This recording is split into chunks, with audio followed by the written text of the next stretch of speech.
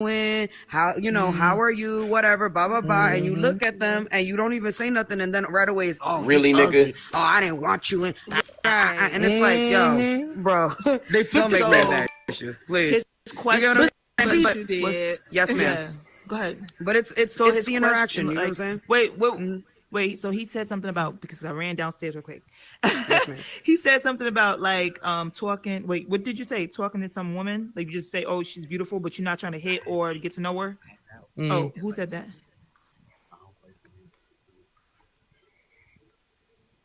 Go ahead. Just talk. I can hear you. He gotta hold the mic. He gotta hold the mic. I don't know how to let it go. Let go of the trigger. You gotta let go go the trigger. I got it right here. I got it right here. Talk show really vibes. Look, I was really just saying though, like, cause I have a girlfriend though. You know what I'm saying? So it's just like I ain't Shout out trying to to Dip Owen's girlfriend. For real though. But if Shout I tell out, for sure, her girlfriend. name Ashley. J Vanity. And then in the look, house. like We if got I just J want Vanity to in the tell you you're building. cute or say something nice about you, Cherry probably said it right. I should use more words because it's like, like they gonna just automatically think you're trying to holler at them. And that's annoying to me. Like I ain't trying to holler at you. Yeah, I just clarified, like, hey, Right. I don't mean no disrespect. I'm not trying to holler. I just want to let you know that you're nice looking. Cute. And you can make that person's day. That person, that would have like, oh shit, I still got it. My man ain't giving me no attention at home. One at a time. You know what I'm saying? I still got it. Sometimes we We got a great building dangerously wild. I feel like, I agree, but disagree at the moment on him. Okay, really, so nigga. What I disagree with Yes, is really, that nigga. you already have everything set up in your life. You don't need to do any of that. All you have to do is walk by.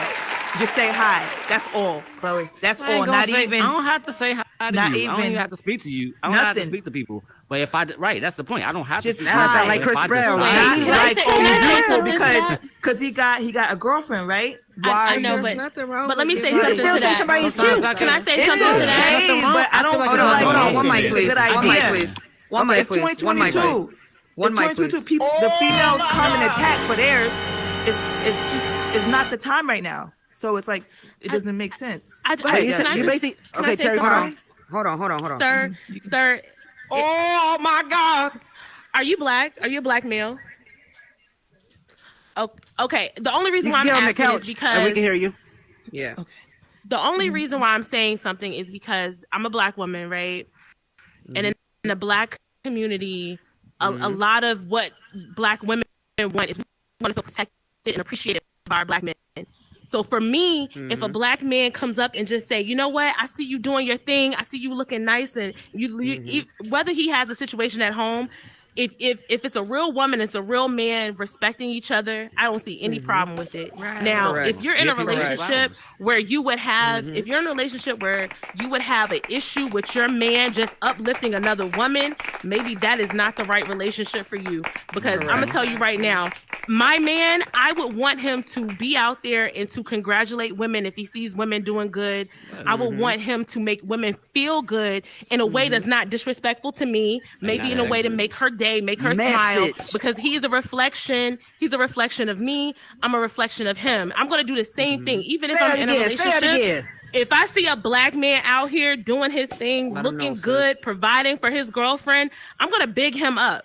And I appreciate you doing that, because we complain so much about our black men not doing that we want to try to find an issue when they do it. And I just want to tell you, you a black king. I don't know you, but you a black king. And I want you to continue to do that. Scenario. Continue to uplift women. About situations. No, and that's what I mean. That's what I mean. It's about respect. If you do things in a respectful way, that's all. Shout out to everybody that's live streaming. The homie B Focus is turned in from New Orleans. I really don't think that this man is out here cheating on his woman. I honestly do think that he sees a need for black women to be uplifted, especially in a time where we're getting shitted on time and time again by our own men, and not chosen, and not the standard of beauty. So I just want to tell you right now, young man, you keep doing that. You keep doing your thing. Respect your girlfriend, though. Respect her, but you keep uplifting women when you see them doing it. Amen. All I want to say is that that's cool. All right, and after all she and say what she everything. said, I You're got a right. question. You're right. But like, I'm just saying, it's different scenarios. I meant like not just like, oh, the black man is disrespecting this girl or trying to cheat. I never implied that, but all I'm just saying is different scenarios. But thank you for that. Nothing wrong with sliding into the DMs. But no, okay, this is my question. All right, since we doing it, because again, shout out to all the new faces in here. Here's your boy HT Howard702. Thanks for putting it on the table. Y'all see the homie Marty Mar, Cherry Pie, Brooklyn Bandit, man. We all in here, man, and we all in here vibing on Talk That Ish podcast. And again, if y'all taking pictures in here, like the world, all that. If y'all hashtag, make sure you do hashtag Talk That Ish or Speak Your Ish, because again, you can vent in here. This is a safe spot. As long as you respect, we give respect. So that's all. That's all. At the end of the day, my question is, I gotta ask, because again, I stay inclined with the news and everything like a recliner. You feel me? So I'm just laid back and everything, and I'm looking like at the news today. Like I seen something that like really that's made me perk up. Have y'all seen this thing about what they were saying about with the like in the UK right now? Like they had like all like almost their officials and everything, like 59 to like 60 or something I see so far. Resign from the office. Yes. Like even like the UK like prime minister. Oh yeah. They're asking. Well, from what I understand, they asked him to Boris resign. Johnson. Okay, so so I was seeing that. Do you think like if that happened in the US, would that be like a dramatic impact? Because I'm seeing like the world every day is like everything is still spinning. Like if something like that happened out here in the US, do you think like people would like be more perked up with their ears, like what like what's going on or? No. I mean, we saw that kind of happen with the last administration where they were trying to get him out, and I mean that didn't really change things in the way that events were occurring. So I mean, 2 words. January 6th. Nah. Period. Ain't shit about to change. Period. Ain't shit about to change. Hey, listen. It don't matter who the captain of the ship is. We're all fucked. But anyway, I'm the captain now. On January 6th, a bunch of white men stormed in and asked to speak to the manager. They did. Hey, it's because they sure did. That's what they happened. Sure did. And then they spent the 2 years after that hunting down and tracking them each and everyone down in any place that they were at. Y'all, so, that was the craziest shit I've ever seen on. That was the biggest waste of taxpayer money. That's the biggest manhunt I ever seen. Exactly. I think how you found all these dudes, but you can't find Pookie up the street. That shot somebody. It was like American Warrior Ninja meets Duck Dynasty. I didn't know what the fuck was going on. Quite literally. American Warrior Ninja meets worst version of a fucking reality TV show. Okay, so my follow up to that, like I say, like with the UK, like I see what they practice and everything, because you see like how we have this merger now, like everybody from the UK is coming on here now, and like you see the views. Like shout out to the homie Technical, like because he made me think about this question.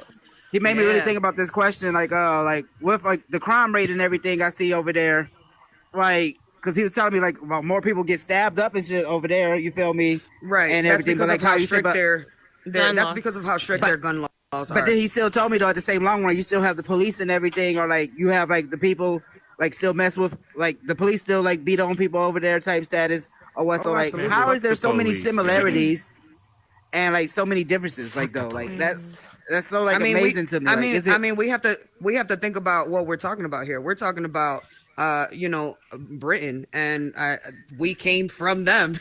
So I mean, it's natural to say that that a lot of our culture and a lot of the way that we do things here are similar to how they do things. They're not quite the same, but they are very similar. And I mean, it kind of speaks to the same broken things that we have in our culture, right? So I mean, they're still suffering from the same thing. Racism runs rampant in between, in their areas.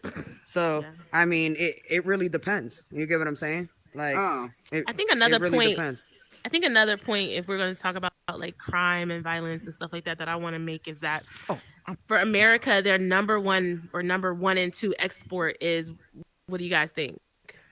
Guns and oil. Right? Guns and oil. So that is the number one moneymaker in America, period. Guns and oil. So when we're talking about gun reform, it's not going to happen because it makes the U.S. too much money.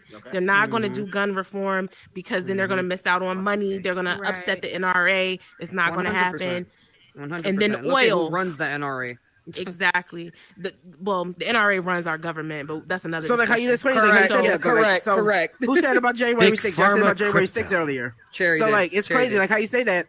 So with January 6th, how they all got labeled as extremists. I see. Right. so far. But how can they be are labeled as extremists? They are extremists. Yeah. I mean, so but what is the level of an extremist though? That's why I was curious about, because I mean, isn't that like the same? Karen level 10. Yeah, there you go, my man. Oh my God. So if you look at like an extremist, right? You've got left, you got right, and then you got moderate, right? We all know that moderates are in the middle, right? There's this thing called Dino and Rhino. A Dino is a Democrat in name only. A Rhino is a Republican in name only. So there are some Republicans that are only Republican for the appearance because they want to keep the power that they have. They may even go to the polls and vote Democrat. When they make votes on the Senate floor, if you pay attention to the votes that happen on the Senate floor, a lot of the Democrats are voting against each other because they're Democrat in name only. One thing I have noticed, though, is that Republicans are more unified than Democrats. And I hate to say it, but it is what it is. Because a Republican is going to die a Republican. They're going to, even if they have Democratic views, they are never going to go against their own publicly. Because they understand the gang mentality. No, they understand the gang mentality. Democrats are... You left one. Why do we have that gang mentality already? Like, that's what I mean. Because it's a part of our human nature. Because they get more done. They get more done if they're together and they understand that. But not to make this a political pod, because it's not. It's just an open forum. You said you got left, right, and then you got the middle, but you left one out. The moderates are kind of like what I described. Oh, the independents? No, the people that the Green Party? The people that are detached completely from the system. Well, then I don't even count them, because we're talking about what's in the system. If we're talking about what's detached from the system, they're not part of the system. They're trying to disseminate the system. They're trying to dismantle it. Then you have you would call them like independents, right? Independent thinkers, the independent people who look at not just the news or media or whatever people want, what information people want you to have. They actually look at history. They actually read. They actually talk to people who either work in government or people who have been your grassroots congressmen, leaders. Like I task everyone to find out who your state senators are, find out who your local congressmen and congresswomen are, because those are the people you need to be talking to. Those are the people who can actually make a difference in your community. Stop looking to the federal government to make a difference in how you live your life, right? You need to be putting pressure on your state senators, on your governor, on your congressmen, your congresswomen, your state representatives. Put pressure on them, write them, call them, because the president is not going to do shit for us. And y'all know that. No matter who the president is. Correct. He is a figurehead. He's not going to do anything for us. Those senators, nothing, right? Those Supreme Court justices, nothing. So you have to be able to empower yourself enough to say, well, what can I do? How I impact my community? How can I impact myself and my family? And that starts on a local level. And it saddens me that we don't give enough attention to local government, because that's really where our power is. Again, not to make it a political pod, but I'm voting for cherry pie. Exactly. Thank you. 2024, we coming strong. I'm the endorser management. Yes. We're the promo team. We got it.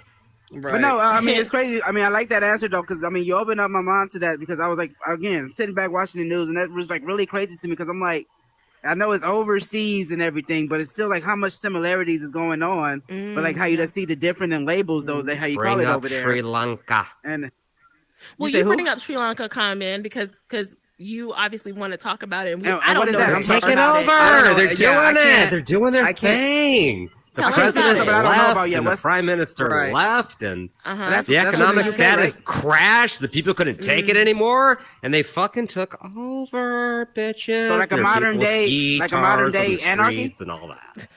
Gotcha. Yeah, but it's very peaceful. It's very peaceful. Okay. Yeah, it's just like love, sunshine, rainbows in the '60s, and drugs and guitars in the streets right now. It's pretty. It's beautiful. Oh, wow. Can I ask you a question, Cone? Ask away.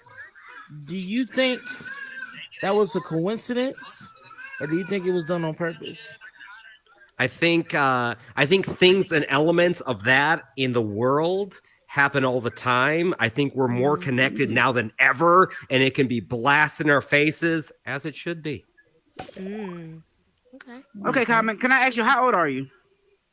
Oh, geez. Oh, how should I answer that? Oh, yeah, he got to think about it. Don't 30s. Somewhere in the 30s. Somewhere in the 30s. Okay, no, okay, so I see that. I mean, She's just like how you was talking to what, so you say in the 30s.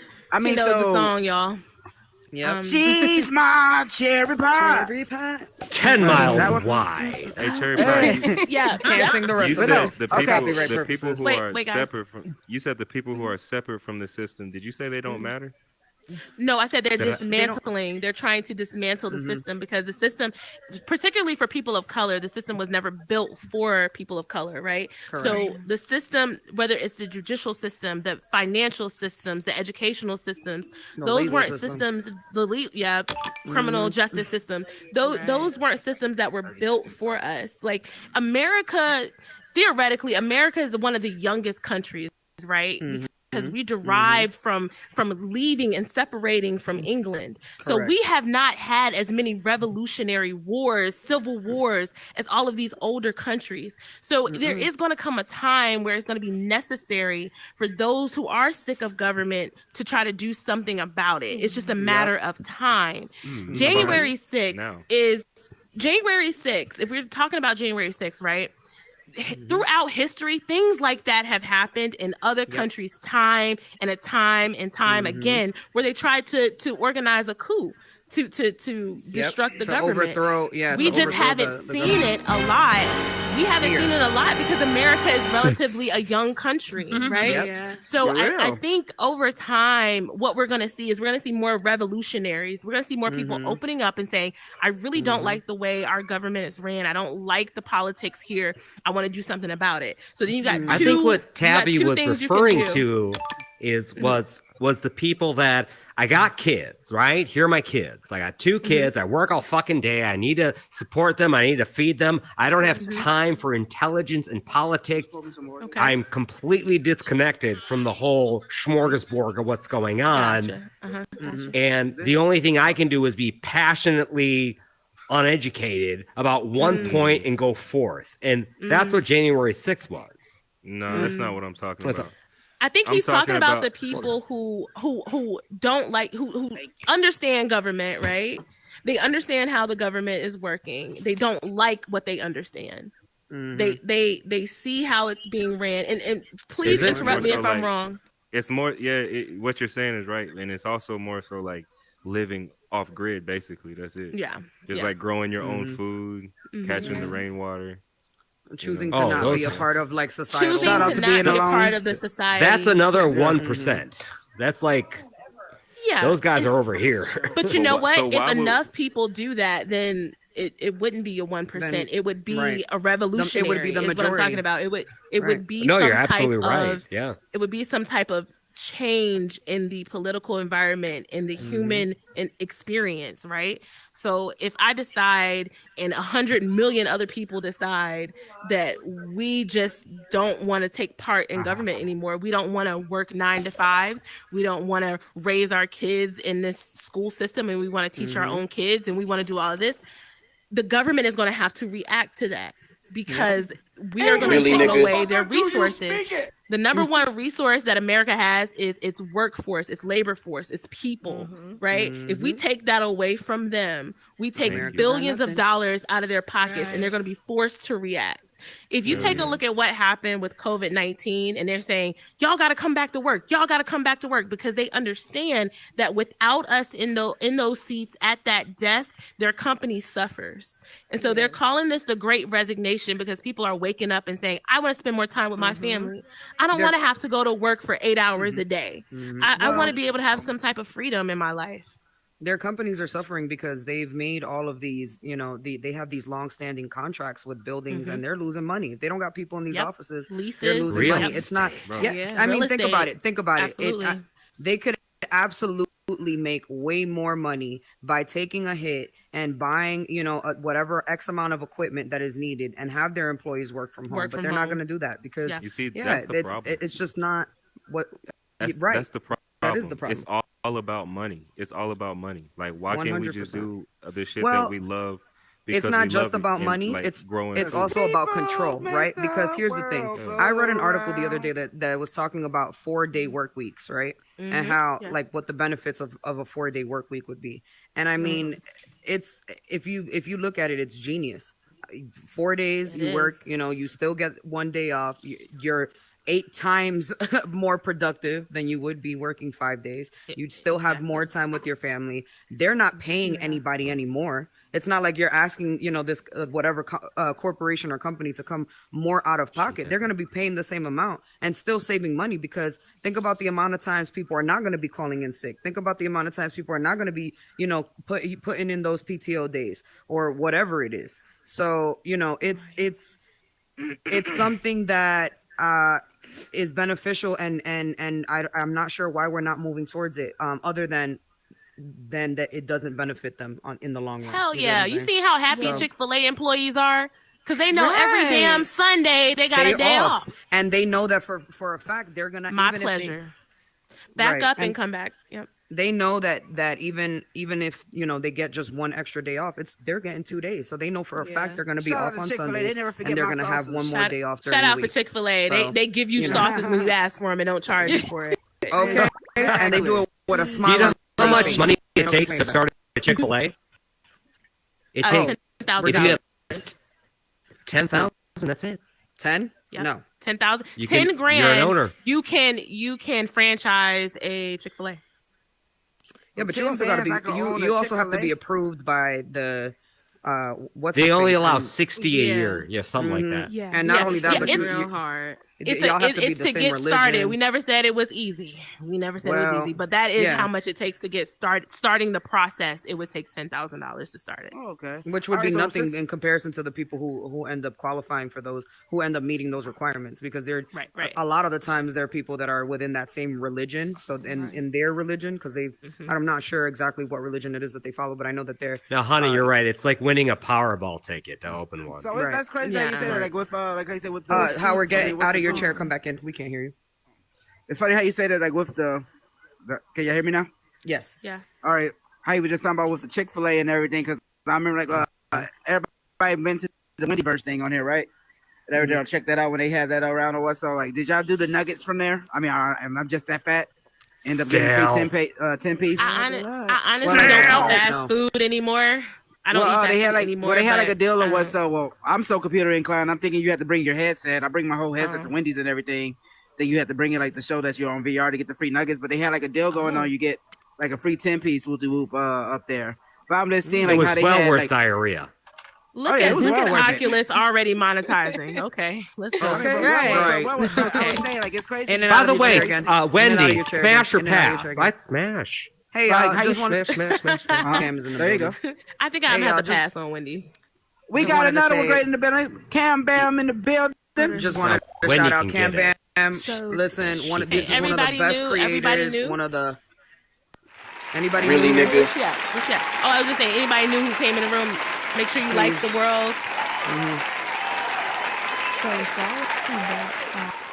what you. Well, yeah. So with that Chick-fil-A though, like how I was asking. Oh, you got to get out of your chair again. Oh, like. What is happening?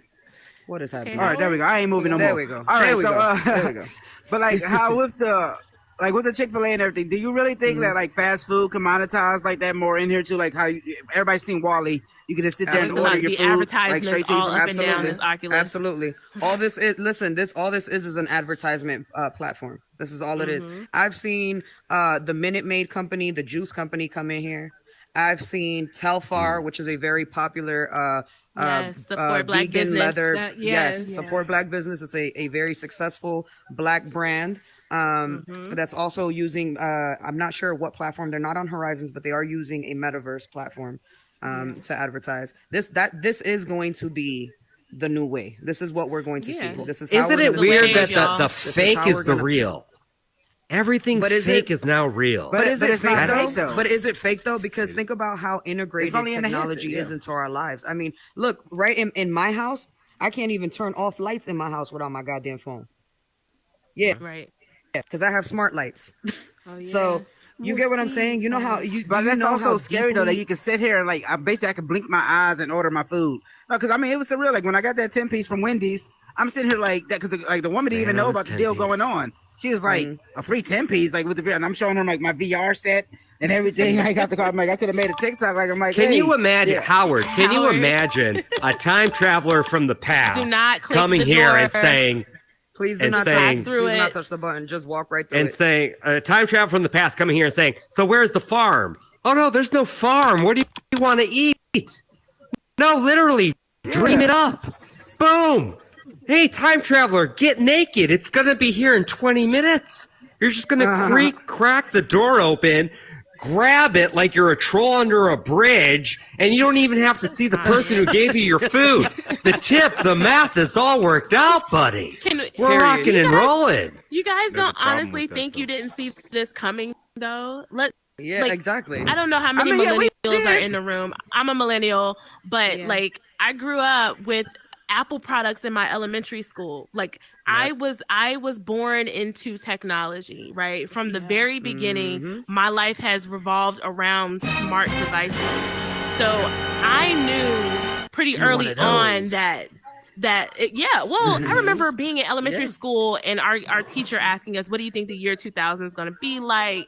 And do you think it's going to be flying cars? What do you think? What can you dream of? And now like we don't have flying cars, but we have Tesla, we have self-driving cars. What do you think is going to be next?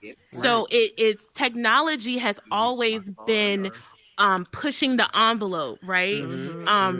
There can be something said about space and flat earthers. I've talked to some of them, whether or not you're on one side of the debate or not. We got to think about the technology that it would have took for them to broadcast the first moon landing way back in the 60s. I don't know. I'm just going to say I don't know about that. And then the satellite power that it takes to take those high definition pictures from space.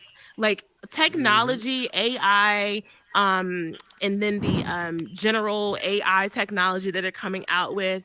They're building models now where when you call a customer service number, you may not be able to tell right away if you're talking to an actual human being or not. That's how smart I got one of those the other day. Yeah, it's like, hello? Can I say what time I came from? Can I tell you what time I came from? Yeah. I came from the time when you had to put the pencil on the pencil sharpener. You had to spin that motherfucker and sharpen that pencil. So did we. Oh, no. Marta, can you do that again? That was really good. I had the Mac computers and I had the rotary sharpener. Okay. We ain't had no Mac computers. We had the green screen computers. Listen, I was 6 years old when I got my first computer. When I got my first desktop computer. Do you remember the Oregon Trail and your best friend got Oregon Trail? dysentery? Yep, Oregon Trail. That was the best game. Which computer you say you had, Brooklyn? Died of diarrhea.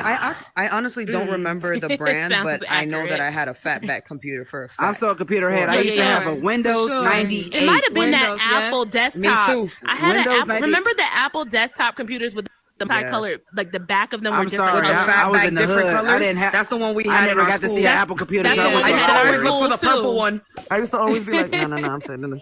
I had the green one, but yeah, that's what we had in our elementary schools too. Yeah, me too. I was born like right in the switch, so I know about certain things that older folks talk about, and then I know too about the newest things. Ooh, I think we're the older folks she's talking about, Brooklyn. I'm talking about myself as well. But I'm talking about myself as well. But you know what I mean. Y'all might be older than me. Shit. I know I'm older. I'm talking about the old days. 36, kind of. I'm listening. I'm old as hell. You remember what you said about the phone being here instantly? She said, I ain't even gonna hold you. Tabio's got a point here. You can tell my age. I said I ain't even gonna hold you. See, that's an old saying. Right, exactly. Because I be saying the same shit. I ain't even gonna hold y'all. Right? Let me see. How many of y'all in this room know how to burn a CD? Me. Hey, LimeWire Day. All right, cool, Me. I do Oh, too. yeah, LimeWire. I did. LimeWire. Hey, listen, if you ain't never gave your computer an STD, right? You ain't never gave your computer an STD, fucking around on LimeWire, y'all don't know what y'all missing, okay? LimeWire? LimeWire. Oh, I for Let me hit y'all with this. Y'all talk about the party. I mean, not the party line. I was gonna get to that, but y'all talking about the dating sites. What about the party line? Not the party line. The party line. Oh, the party room. Hey. Until like 5 in the morning on that shit. Oh, mama. Oh, no. That's 1-900 DJ Jazzy Chat. Oh, you sound sexy. Yeah. You gonna meet us? Y'all know this is just the party line with Avatar. Hey, thank you for calling today. Period. Party line. Party line with Avatar. Literally. We got some minutes to blow with You us. sound cute as hell. Ooh, Okay, meet my me name at Burger King. Right. Meet me at Burger King. Hey, that's why I said that's the first time I ever got catfish. Not to get Hey, half-fish, press 7. My code is 23. You got to press the and they number still and the half-fishing code. the shit out of people out here. They still half-fishing people out here. Oh, hold on. Yeah, the mic is like glitching out today. Yo, y'all Nah. remember It's what just he that it's said too about the food? close. About the food being here I just want to instantly? say welcome everybody Yeah. to Talk That Ish podcast. Thank you for stopping by. So are we You know what I'm talking- saying? I hope Yeah. we entertain y'all. Please like and save the room. You know what I'm saying? We do this 24/7. I'm not bullshitting either. No, for real. We do this 24/7. We've been in here all day. So if y'all got something y'all want to add and y'all want to contribute to the conversation, please feel free. Come on into the room. We just ask that y'all follow a few rules. One, please be 21 years old. We are having the grown and sexy conversations. So please. And number two, let's keep it real respectful. And we don't discriminate, and we don't have any hate towards anybody, any sexual orientation, any race, anything like that. If there's anything y'all want to add, please come and put it on the table, and we're more than welcome to talk about it. All right. And y'all can do me a favor out in the lobby. If you see somebody clicking that door, tell them to stop. All you gotta do is walk through the door. Don't click that button on the outside of the door. It will lock them out. Just walk. I've been hearing that shit in my dreams. I've been waking up through the door. What? Glide through the door. Me too. And they just my new text alert. My new text alert. Like somebody shoot at me. Who got a gun? Click. Oh my god. Literally, it's so bad. Dude was saying, one day it's gonna be somebody from the past or whatever so heavy, but one day we might have where you could just dial up food. Yeah, and they con man pass out over there instantly, right? But that's not a good thing, because majority of this fast food and all the food that we're getting instantly, like, it's GMO. It's all genetically modified. Oh, absolutely. Absolutely. The life is the abundance is being taken out of the. That's why you be 11 with a mustache. So are the seeds. Absolutely. Bananas are supposed to have seeds. So are the seeds. Right. Bananas don't have seeds? What? Yes. I'm sorry, I never knew this. What? Yes. Bananas are supposed to have seeds. I'm allergic to bananas, so that's why. So that means we've been having GMO bananas like all this time. Yeah, and so like what differentiates a fruit from a vegetable is the seeds. The seeds. That's what it is. Right. Yeah. So So that's why them bananas in Jamaica be looking hella like. I see those shit don't even look like the bananas out here. You're talking about. Are they plantains or are they bananas? I don't know the difference. I'm allergic to it. I just know that like motherfucker, like it's long. You can talk on the phone. Like with about what? So if you get a banana that has not been genetically modified, it is going to look a lot different, right? The color is going to be different. The consistency is going to be different. There's going to have seeds in it.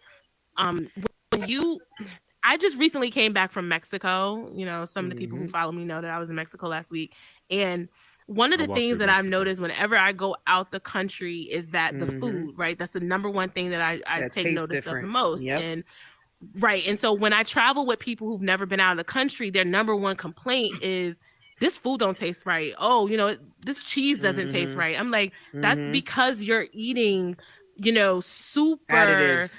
Preservatives, chemicals, high fructose corn syrup. You've got GMO this, GMO that. You probably never even had real ketchup before. You get a big ass plate because they have very strict regulations in other countries about what they can put in their food. There's so many banned chemicals that we have in our food here that if you that you can't even get that shit into the countries that I've been. It reminds me of that shit off a Good Burger, like what they used to put in the Mondo burgers. Don't even get me started on makeup. Don't even get me started on cosmetics. You guys should see the list of animal ingredients products that are banned in Europe and things like that, based off of the ingredients that are put into our makeup products. And can you answer this question? So you say about makeup. So with makeup, like, is it true? Like, somebody told me this, I didn't really like believe it. So is it true? Like, some makeup be really having like the ingredients to like cyanide in it type shit? Oh, absolutely. Wow. Yeah. And y'all not scared to put that on your face? Rat poisoning. It's so many things that are. Many things. Well, I don't wear a lot of makeup. I try to get the vegan makeup. I gotta ask that. What's your degree? What do you mean with that? You don't wear a lot of makeup? What, just like eyeliner, or like what you just put half a face on? Well, like a tinted moisturizer, right? Because if you get like a vegan-based tinted moisturizer, it does give you some coverage, and it doesn't have a lot of those animal byproducts in it. A lot of those chemicals they won't allow. I look for the bunny rabbit and make sure that it's animal cruelty free. You look for certain things. You read the back of labels. Like we have to start reading the back of our foods, our things that we're putting on our bodies and in our bodies. Because shout out to my United States on States that. has one of the highest cancer rates, and it's because of the things that are in our food. Say that again? No, I'll say shout out to my missus on that. I say she been putting me on game with that, like reading all the back. Read your labels. She got on me heavy. Like, when I was put this in your hair, or just simply do your research. I mean, we all have smartphones. Right, look up that brand, look up that company, see what they're about, because a lot of the times, you're gonna find out exactly what they're about, and especially depending on where things are made and manufactured. So that'll kind of give you an idea of what you're getting. I shout out to Lumi. They need to give me a contract. Shout out to Lumi. They have aluminum free deodorant. There is aluminum in your deodorant, so make sure that you are reading the back of your products, because deodorant has been linked to dementia and Alzheimer's. So make sure. We can't trust these people. We can't trust this system, yo. We can't. Like, they literally letting shit. So we can't trust the system. Oh no! No, absolutely not. They really took our food and put it in captivity. They took our food, took the land, put it in captivity. Now everything has a price on it, and they manufacture the flavors in New Jersey. And they manufacture the flavors in New Jersey. Don't get us shut down. Did y'all know that New Jersey? Don't be talking. Don't get us shut down. Did y'all know that New Jersey is? Shout out to our sponsors from Horizon. Shout out. Shout out to Mark. Nah, let me stop. Right. What's good, Zuck? Nah, but in Jersey has the biggest plants that there are in the countries, and Jersey's known for flavor. They make flavors, and they like additives and things like that. So like that flavor that you get of a smoked or a char-broiled burger at Burger King comes from a factory in Jersey. Absolutely. Yeah, and all of those things that. Listen, but that's the thing. Some people like that taste. You get what I'm saying? They think that that's normal, and it's not. Yeah. You always wonder why I don't taste the same at home, and it's like, well, you don't have the chemicals. Okay, damn. You don't have the cancer, so Yeah, give me a burger, hold the cancer. You know what I'm saying? Like I said, that Mondo burger. Right. So check this out. Everybody who just entered the room, thanks for joining the Talk Your Ish podcast. Check us out on here every day. Brooklyn Bandit, Howard, Cherry Pie, and Marty Marr on the radio. Boom, boom. 7 days a week. We live stream this, so hit us up if you want to come on, be a guest, or if you want to simply walk through that door and get on the couch. The couch is the microphone. Don't hit the button outside. You will lock yourself out. Mm-hmm. Yeah. All right. And that's word. That's word up. But no, I say, on that talk that is, I say, because again, I've been sitting here writing down stuff. Nope. No, shit is sad, man. Mm-hmm. They literally got seeds in vaults and shit. Like they got seeds. Yeah, absolutely. And they're giving us the fake seed. Yes. All right, who's pressing the button? We're already hearing it. Of course they are. Because they are preparing for Armageddon. Because in the 100%. Event that all of this should just cease to exist, they're gonna have the seeds to plant real food for themselves, because they're not gonna die of famine, right? So they're gonna have everything that they need. So I remember hearing like a long time ago, maybe like 8th grade, about clone meat, right? And that idea just seems so crazy to me as a kid, that they would just be giving us clone meat. Again, like I said, my travels outside the country I'm looking at their chicken wings and you compare it to the chicken wings at home, and it's like our chicken wings are the size of our chicken wings are the size of like whole chickens over there, and it's like that is not natural at all. Right, turkey legs, and you're like, this is not natural at all, and we've been so brainwashed to think that how we're living is a clean, healthy way of living, and it's not. And well, the kernel actually mutated the chicken, so they just grew 50 wings on one bird and all that. I'm dead. I can believe that. That's why it's finger looking good. I believe it. That shit in the laboratory looking like a blimp. With a blimp with 6 legs on it. Like, and it's like, oh, this is my damn pink chicken? Slime in a bag, girl. Right. But, remember that slime that used to come down from Nickelodeon, that green slime? Absolutely. That's chicken. That's chicken. Right. That's chicken nuggets. Chicken. Yeah. Chicken nuggets. Right. We see you, Cherry Pie. We see you. Make sure it got to be pink. You got to be pink for the chicken nuggets. You guys ever travel and see like how impatient Americans are when they're eating like at a restaurant or anything in a different country? It's just like everyone's just like, oh, why is it taking so long? Why is it and it's like, dude, they're back there literally catching that fish right now out the water. Yeah, because it's real food, and they actually have to cook it and not put it in a microwave and then put it on a plate. You gotta put forget a microwave. You gotta put this in the water first. You gotta let it soften up. Yeah. It's what is the military food called? MRNs. MREs. Sorry, shout out to MREs. Shout out to all the military folks. If you're in the room, my bad. Don't get your service. Don't get me service. Thank you for your service. That should have had your ass all backed up. That's what we're eating. We're eating the MREs. Like, I mean, everything is like.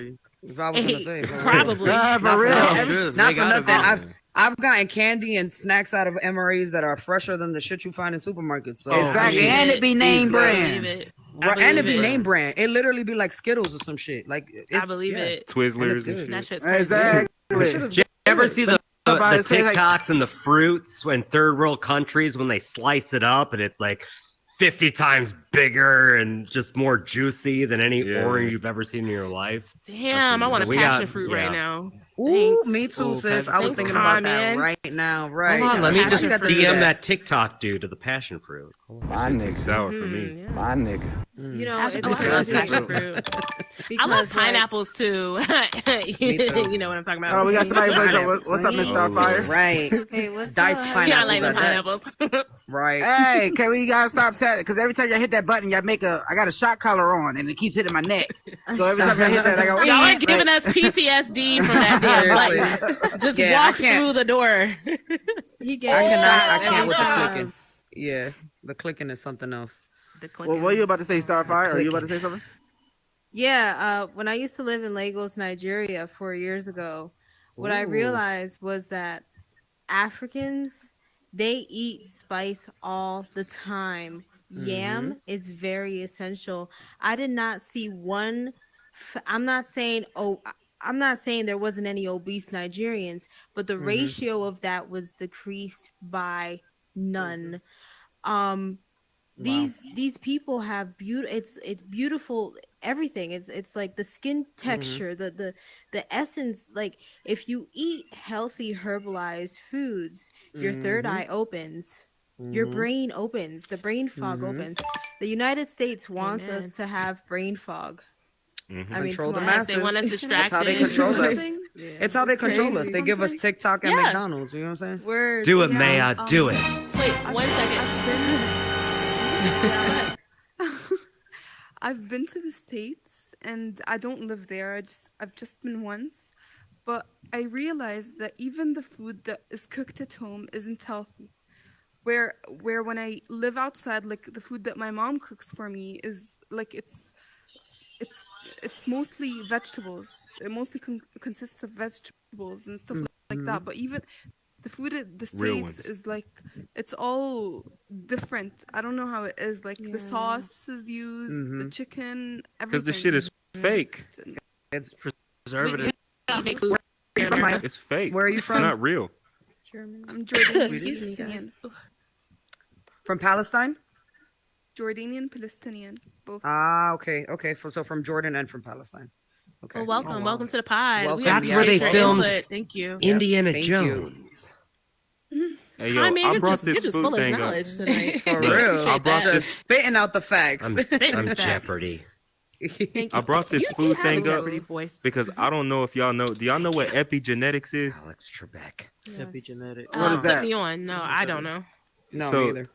That's where DNA strands they can strangle cells, okay, and proteins attached to these DNA strands, and they could, if you have a negative epigenetic change, the DNA will strangle the cell and it will inactivate. It would deactivate the gene that comes along with the cell. So that cell is no longer that gene, that positive gene that you could have something that's stopping you from like the gene of obesity. Like, because some people can eat and not become obese.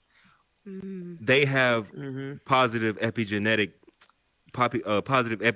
in them. But when we're eating shit like the high fructose corn syrup, the red number 1s and the yellow number 5s and red 10. Yeah, that's actually changing your DNA structure. And they that shit's shit's like banned all over the world except for the United States. Even your genetically modified fruit and vegetables, that shit is changing your DNA structure as well. And it's controlling, it's manipulating the way we think about our environment. Look at what it does to the ground. I mean, when you plant a genetically modified seed, it ruins the soil and the ground around it. Soil becomes dead. Yeah, it kills the soil. I've always found that you can get all your nutrients from man semen.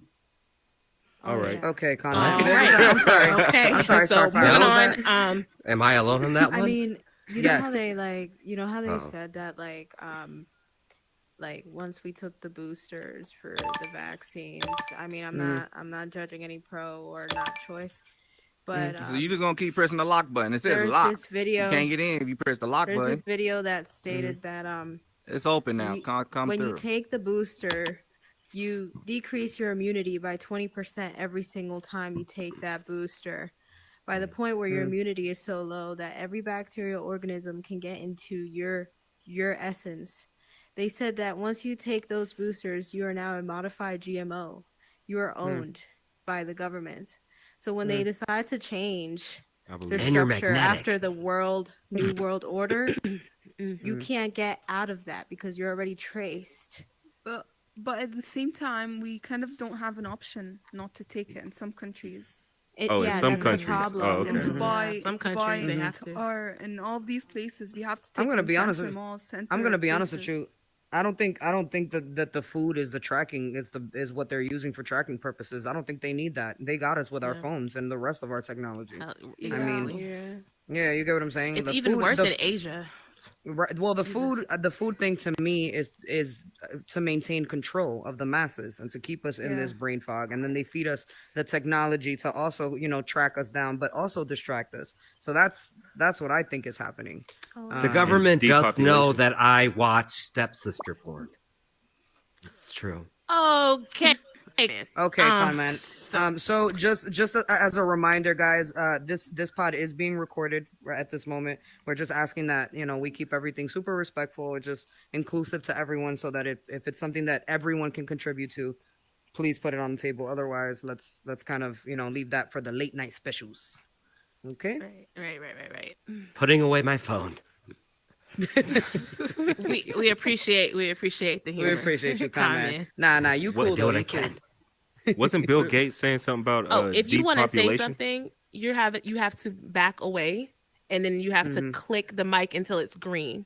Right. Back away and click the mic. Trigger finger. Hit your with the hold the mic. Yep, there you go.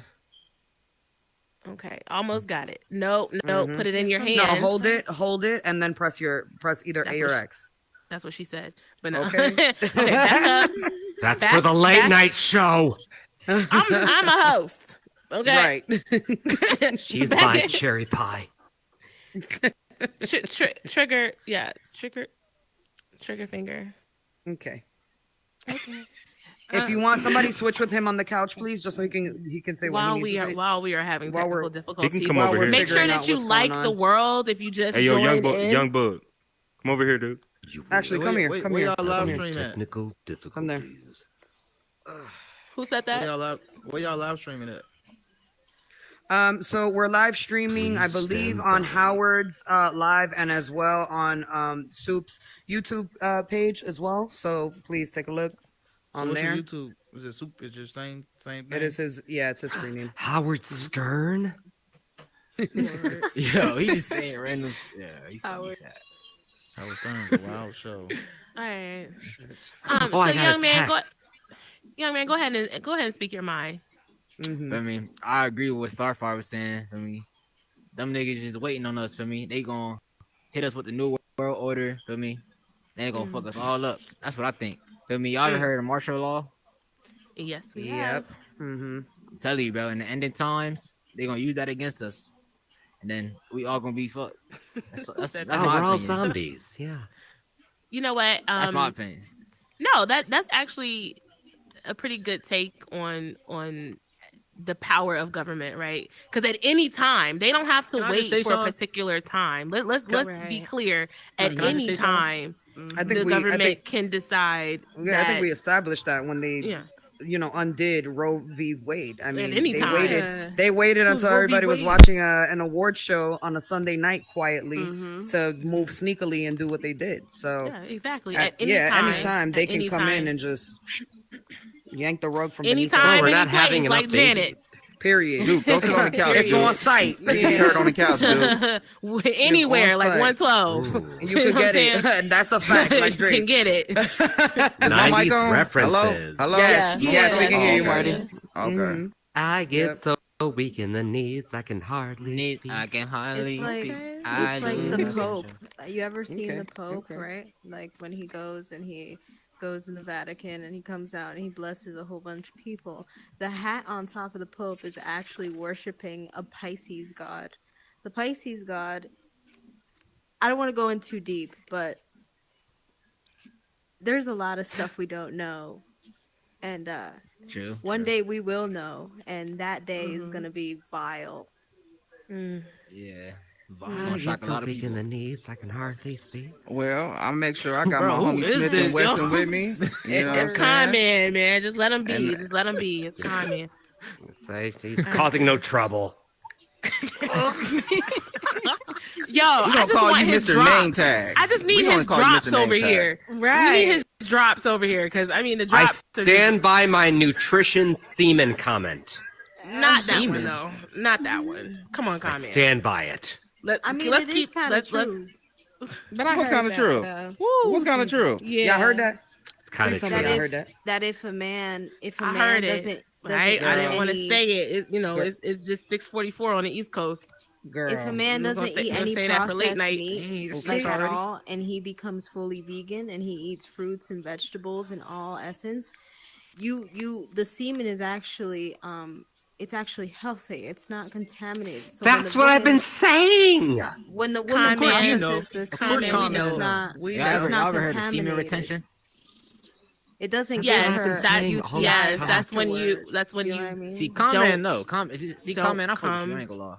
My genitals is a vegetable. Very potent. Oh my god! It's a vegetable. Build up. Yo, he don't think before he speak. I swear to God, he don't think before he speak. Nutrients, all that. Oh goodness gracious! All right. Can we switch the subject? Oh my goodness! Let's talk about something different. Sure. Bill Gates, go. Audience to see what you guys want to talk about. I just want to talk about like why females. Matter of fact, never mind. I ain't gonna put my input. Excuse me. Say what? This is talk that is. This is talk that is. Right. And why everybody staring at me? Now I feel interrogated. All right, look. No, go ahead. I'm trying to hear what you got to say, young man. Right. Do your thing. Young man. We wanna. Old head. Who just said that? Who said old head? I said young man. Right. Just flip it out and let them know. Sarah, say what it is that you need to say, please. All right. So. Okay. Oh, he took it off. He went there. Damn. Anyway, Bill Gates. Damn, G. All right. Bill Gates? Bill Gates. Are we talking about his daughter, or what are we talking about? Let's talk about Joe Biden. Yeah, we probably shouldn't talk about Bill Gates right now, huh? Let's not do that. What a great cyclist Joe Biden is. We all know that's not true. He's a reptilian. Fantastic cyclist. See, Starfire, that's why I fuck with you. Look, we are not trying to get shut down, y'all. We just getting started. So right. It's you know what I'm saying? We could talk about some real shit, but I think we talked enough about it, so we should just talk about that ish type of stuff. Y'all want to talk about something fun? Y'all want to switch it to something fun? Yes, absolutely. Okay, have you guys already discussed too much political? Going viral and stuff like that, and the things that people will do to go viral? Have we already discussed that? No, we have not. Wait. We have not. Hold on. I'm back. Hold up. My bad. What's up, G? Oh, finally, we've been waiting for you. All right, hey, Starfire, you don't need the mic and I just want to know why do females play with men's heart, man? Why do y'all decide to play with men's heart? Cameron, give me a hug. Okay. How old are you, sir? If you don't mind me asking. I'm 18. Okay. We can answer that question when you come back and you're 35. Okay. I don't think at 18 I don't think you have a real good gauge on I can't hear you. You're gonna have to go back on the go ahead and say it. Actually I do. Okay. When was your longest relationship? How long was it? 3 years. Okay. And how many relationships have you been in? Yeah, how many relationships have you been in? Like my whole life, like real relationships or like real relationships? Yes. Oh, 2. Okay, two relationships. Now your comment. Okay, two real relationships. Now your comment was, why do women break your heart? Is that the comment? I said, why do women choose to play with your heart? Is that what you say? Yeah, like, why do y'all choose to play with men's heart and then get mad when we do the same? I think that's subjective to your own situation. Like, I think not there's to my more own situation because like I feel like I think that's pretty vague. Would you like? Do you have like an exact example maybe that we can? What's up with these effects, yo? Where y'all? Just flow. We'll get you there. Just talk to us. Talk your shit. Right. Talk your shit. I just feel like, cause y'all females, y'all be the ones saying how men don't treat y'all right, and like we don't know, like we don't really know that what y'all be going through. Basically, like I don't really know. So I'm gonna stick by in Brooklyn. If you got something to add to this, I'm gonna just stick by what I'm saying. Before I think that there's more experience, more life experience that you need in order to understand that it is a case-by-case basis. You're going to meet wonderful women in your life, but first you have to be a wonderful man, right? So you need to work on, at 18, you need to work on what your future goals are, what you want out of life, figure out if you have a career, how long you're going to be in that career, how much money you're going to make. You have to come to the table a whole man, right? And then you're going to seek out a woman who's a whole woman, who's going to have her own stuff together, who's going to know what she wants out of life. And it's not going to be a heartbreaking situation because you're going to be two complete individuals. At 18 years old, y'all are still probably living with your parents or maybe off in a college dorm room. There's not a lot of grown up responsibilities that you have as far as paying bills, as far as going through life hardships yet. You know what I'm saying? When you go through that gives you a better understanding of what a woman actually goes through and what a man goes through. So I would task you with working on yourself. Okay, relationships are important, but at 18, at 18, that's not going to be the most important thing, right? The most important, like, you shouldn't really be worried. Not right now, not at 18, right? At 18, what's most important is making sure you're taking care of your business. Don't be out here having kids. Don't be out here on the street. Just make sure you take care of yourself, and then you're going to meet a woman one day that's going to have her stuff together. And then you're gonna have a different perspective, right? Right. That's all I had to say. I want to chime into that. I want to add on to that. Hold on. Cherry, hold on. How old you is? I'm 34, baby. So to add on to that, it's the hand movement. While she talking, I like that. I don't know. Okay. So it says your first avatar girlfriend. That's so just sweet. To also add on to that. I know I'm a little bit older than 18. Carmen. All right. Yeah, but it's legal. Show them the way. Yeah. Dixie Norman, chime in. Okay, Bandit. Yo, where the effects at? I ain't playing no effects. Like Brooklyn, I'm not touching anything. Yeah. Eventually, you know what I'm saying? Eventually, we're gonna get to it. Just to kind of add on to what Cherry was saying, yes, she brings up very amazing and valid points, but also, take this time to figure out who you are and what you want, because a big part of what's happening out here, because I'm in my later 20s. What's happening out here is that I'm encountering, at least personally, I'm encountering a lot of men who don't know what they want. So they're out here saying, they want this, they kind of want that, they want this specific thing, but then they're doing something completely opposite. Figure out what it is that you want and move from that place. Because you could end up just wasting not only your time, but somebody else's time. And you don't want to end up in that type of situation either. You know what I'm saying? You don't want to be with somebody not knowing what it is that you want. Yes, ma'am. Cherry said something about when he first started talking. You asked him how many relationships have you been into? How does that relate to maturity? Oh, okay. Great point. The reason why I asked him how many relationships he's been in, because he made a very general statement about women being heartbreakers, women not, maybe not treating him right. So I wanted to know how many experience. He's the host of the show. It's not that they ain't treating me right. Sorry, no, well, you know what I meant. Like in general, he made a very general statement about women. Hey, so I wanted to know how many women he has been in serious relationships with, because it's important. It's an important reference point, right? Because if he had said I've never been in a relationship before, then I wanted to know how he came up with that conclusion. So it was just me gathering information. It wasn't to judge him. It was just information. It speaks to his experience. We were just trying to gauge what his experience is, just because, at 18, shout out to my mom, hasn't had the same amount of experiences that, somebody that's 10 years older than him, like me, have had. You get what I'm saying? So that was why I think Cherry was kind of asking that, was just to speak to the experience of what he's been through. We had somebody else who wanted to say something next. I wanted to say something. I want to say something. But this is talk that is. I want to talk some shit, okay? I know what he's talking about. Even though he's young, you got to understand something. There's a lot of ain't shit people out here. So I understand when we come on here and no, we got to talk some shit now. We ain't been talking no shit, so we got to talk some shit. So the whole thing is how I feel what he's saying. He's still young and he got to learn. But at the same time, there's a lot of ain't shit ass females out here. And there's a lot of ain't shit ass niggas.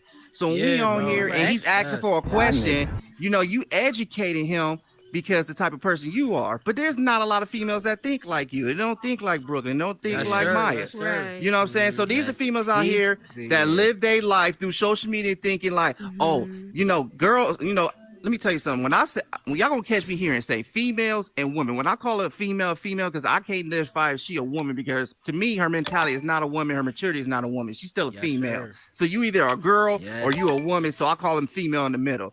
But to talk my shit on top of that, females are looking at dudes like we money bags. You know what I'm saying?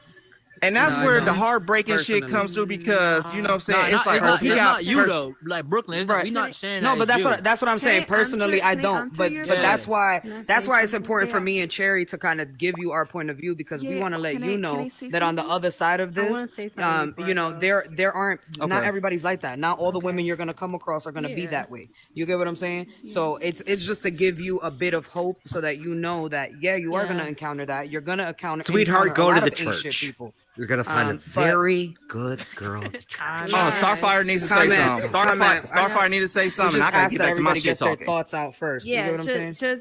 Just before I go. He started lagging. You about to go real soon. She's going up a yonder, y'all. She went. Damn. Can I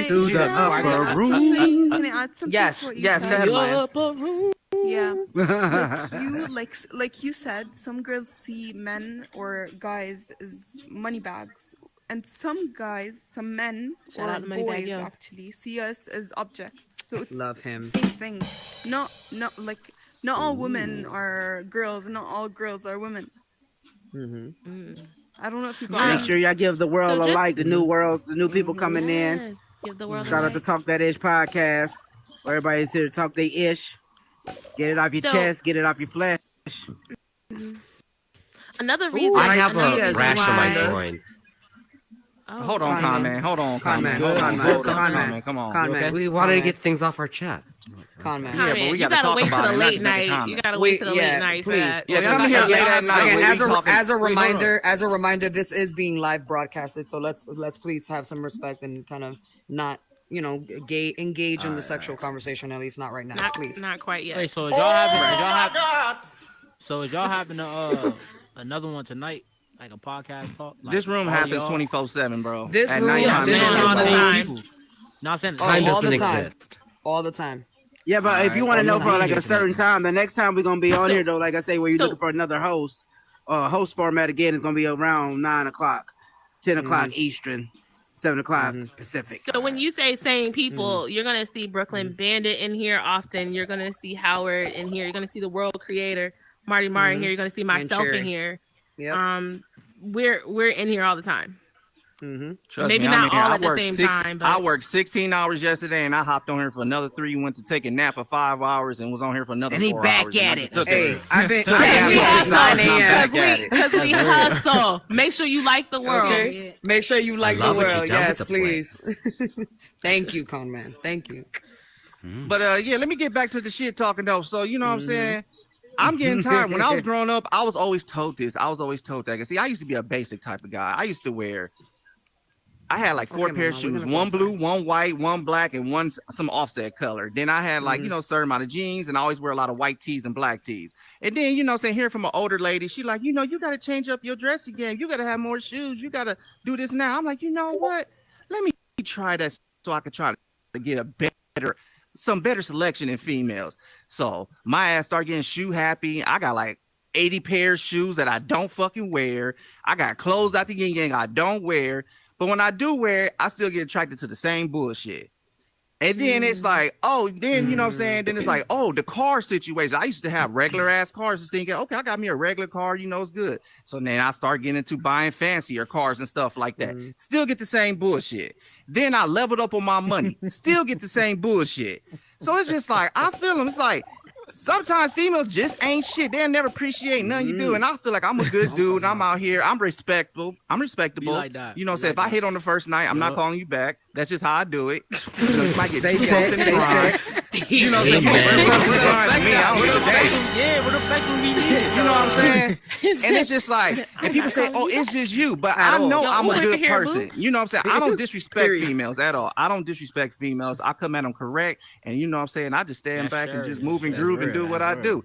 But it's this social media and all these fucking baddie girls or whoever the fuck be on the radio be trying to manipulate and wash these girls' brains. Because you fall for it?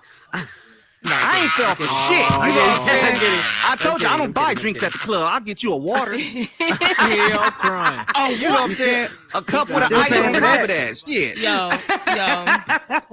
Yo, on the anniversary of this podcast, he better not bring our asses water up in here. If he brings me water, sis, he better not. I am throwing that shit across the room. Jerry Springer that shit. It'll go from Talk That Ish to Bad Girls Club real fucking quick in here. Don't play with me. And all I'm saying is, shout out to Bad Girls Club, Meta Bad Girls Club. Also, yes. Check Shout us out to our Meta Baddies. Yes. Meta Bad Girls Club. Say what again? But at the same time, I know what he's saying because I've been heartbroken, you know what I'm saying, plenty of times in my life. You know, so I got played plenty of times. You know what I'm saying? I'm 35. What?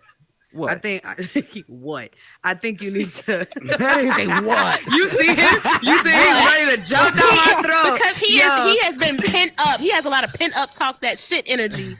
He has a lot of frustration. And I just want y'all be talking. I need to talk my shit. That's why I made this. You know what I'm saying? It's all good. Marty, talk your shit. Talk your shit. Did somebody hurt you, Marty? No, ain't nobody hurt me. I'm just saying, bro. I just been through some experience. Who hurt you, Marty? Ain't nobody hurt me. You know what? Let me tell y'all something. Let me tell y'all something. Now he mad. Let me tell y'all something. I'm getting tired just because you express yourself, you mad. You know, so we've been through shit. If you've been the type out here, you've been a good person, you work hard, you elevated yourself, you know, you listen to people that tells you, oh, maybe you need to go this way, you need to go that way, and shit just don't work. Hell yeah. You know what I'm saying? Do you Talk have a that type? shit. Do you have a type? I got a lot of types. I don't know, man. Bad bitches. That needs to be a drop. How can we make that a drop? I was about to say, this man has dropped for days. It's not even like I'm picky like that. It's just I don't know. It might be just California bullshit because I'm near Hollywood. That's exactly you know what I'm saying? That's it. And it's just the mindset of these females out here. You know what I'm saying? Because out here in California, we will walk past by each other and don't say a damn thing. But then when I go to different states, I do the same thing, and people are like, "Well, hello, excuse me, rude ass." You know what I'm saying? And I'm like, I'm sorry, I'm from California. I'm from California. We don't speak to each other. Right. That's how it is in New York. I mean, nobody really talks to each other in the streets. But I will say, I will agree with you on that. Like being in Florida, like Miami has a very similar materialistic vibe when it comes to like the dating aspect of things. Like you hear all the time about people being shallow about like where the area the restaurant is located in and the type of car and the and the this and that. But it's like, you know, at the end of the day, you know, and I always tell you this, Marty, continue to be a good person. Like just continue to operate from that place. You know, it's hard. I understand. I'm not hurt. I'm just talking shit. I'm not. Well, Marty, come down to Florida. The last week Marty, I dated an interracial midget. And it was fine. You know what? We're fantastic. You know what? All right, comment. Did you get half off? Not, sir. Sir, get over here. No. You don't even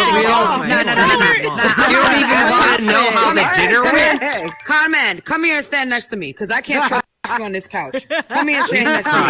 Get off the couch, Conman. Get off the couch. Get off the couch and come stand over here. Come stand over here next to me. Conman, you're in timeout. You are in timeout. I'll say this last thing. Just saying. I just sent a friend request to Brooklyn. And who's the other one? Cherry? Cherry pie. Okay. Well, I'm about to say other people's friend requests just because y'all gonna see me here more often. You know what I'm saying? Yeah, right. I might come in here. I might come. Thank you for being comfortable. Feel me? Yeah. You like the world? You want to talk? Please like and save the world. Please like and save the world so that you can come and talk your. And if you like the world, bring your friends with you. Bring your friends with you. Bring your people in here. Bring them in here. Bring him in here. That's my little brother, Young Bug. That's my little brother. Yes. Oh, okay. What's good, little bro? What's good, little bro? Let me see it. It's popping. Let me see it. Young Bug been quiet over here though. I think he a shooter. For real, Young Bug. Yo, Young Bug's name is right here. You hear me? I just had to look on the side of my hip. Too much from this podcast, but he said you look around quietly too much and don't say enough. Right. Hey, he watching the room. Okay, watching the whole room. I want a freak nigga to say something. Marty Mark. So you were saying. You were saying about the woman they ain't. What was it? They ain't what? I'm crying, yo. They ain't shit. They ain't what? They ain't shit, right? But you went. So this is what I'm trying to say. You went from 0 sneakers to 80 sneakers, 0 jeans to 80 jeans. Not having your money, having your money on your level. Haters be your motivators. Right. Not con man. You said something good. You said Con man is a good. Con man, we gotta get you in the booth, man. We gotta get you in the booth with Howard. Bro, we gotta get you with Howard. Con man, I'm a rapper. Hop on the phone with me. All day, every day. Yo, his drops. I need his drop. I need him to be. I need drops. Bro, we gonna have him come in one day just record. Sound engineer. You know what? You know what I'm gonna do? I'm gonna get some real ain't shit females on this show. That's what I'm gonna do. Oh shit! I'm gonna get some real ain't shit females on this show so we can have this argument up here. The F. I was about to say you gonna have us in here, nigga free. You gonna have us in here acting stupid. You ain't ready for it. You ain't ready for that. That's what I'm gonna do. You ain't ready for that. No, I'm ready for it. We in too real healthy. life, I talk that healthy. shit. This ain't you this ain't outside. This we is broke those generational curses. We too healthy. We above that shit. We above that shit. Hell nah. We need an argument up in here. We need to do something because y'all can argue with them. I'm bringing some ain't shit females on here. Watch when I say it. That's the thing about me. Do they have Wi-Fi strong enough to be on here? I know, me too. You get to a point in your life where you just don't even McDonald's. You don't even care no more. I don't even give a fuck. Oh, hey, we got Miss Yoko in the building. I don't give a fuck. Yoko Uno. She don't fuck with you. That's right. That's right. No, but like I said, I was saying earlier before my team got in here, I was saying earlier, you know, out here in California, it's like a big thing where people are just buying Mercedes and BMWs, even though if the Mercedes is like 90 something, 2012, like girls be getting that 2016 Mercedes and just it's still a Benz. You know, and that's what they say. It's still a Benz, and then you got guys out here buying the newer Benz and all that type of stuff. You look at their tags; it's a year expired already, but they still rolling like they fresh. You know what I'm saying? Listen, we ain't rolling dirty, not up in here. Hell no. Nah. But at the same time, you know, and Brooklyn's they do it not because rolling they dirty. know. Sure. They do it because they know that's what the females like. You know what I'm saying? Oh yeah. And like, for sure. I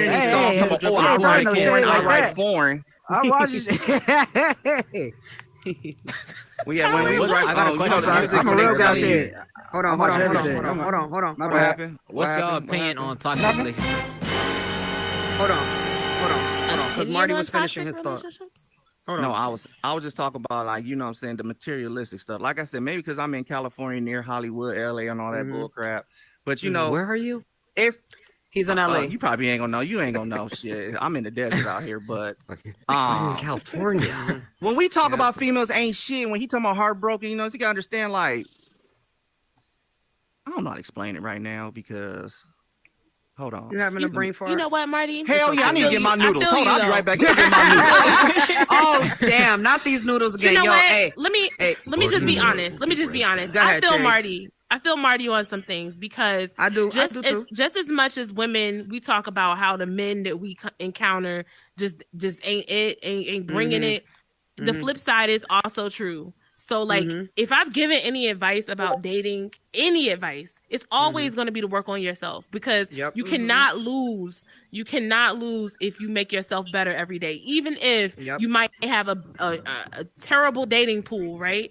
You're never going to lose, right? So if you have to take a break from dating and go work on yourself, go back to school, start a business, whatever, buy a house, do what you have to do, because I guarantee you the person for you, when you got yourself together, you're going to be able to tell who has their stuff together, and that's going to be the person that you invest time in. So yeah. Anybody new to the room, make sure you like, save the room. Hold on. Not even that though. Not even that. Like, to put on that. I know a female that, like, she get into a relationship, and then, like, she probably get her heart broken or something. She makes statuses every day about getting her heart broken, and then she after she get out of a relationship, she get back into one. And then the cycle go on and on. That's a lost girl right there. It's like the most how immaturity. How you keep posting about your heart getting broken, and then etc. Boys doing this, that, and the third, and then you emotional immaturity and lack of self-awareness. You know what I just posted? What Cherry Pie said was right. And if I continue improving myself, one day a beautiful woman will pass by me and will link eyes. Yep. And it'll be just hi, like man. Are you the beautiful woman? Right. Because are you the beautiful woman? Because you're just so your energy is so great. You're like, passionate, man. You're passionate. It's so great. Are you? I'm straight as an arrow. Oh shit! I see what I hear what you're saying. Cherry, I believe you being a beautiful woman. I love movies. I believe you. I'm knee deep in them. The way you said pussy made me believe it, Kai, man. It made me believe it. Knee deep in it. my God. The other day, I'm gonna settle this right now with all of you. The other day, my neighbor got a subscription to Sports Illustrated Swimsuit Edition. Oh, I just wanted to eat the ass right off the page. Oh Lord, straight as an arrow. My Lord, straight. Yeah, my nigga. Oh, that's me.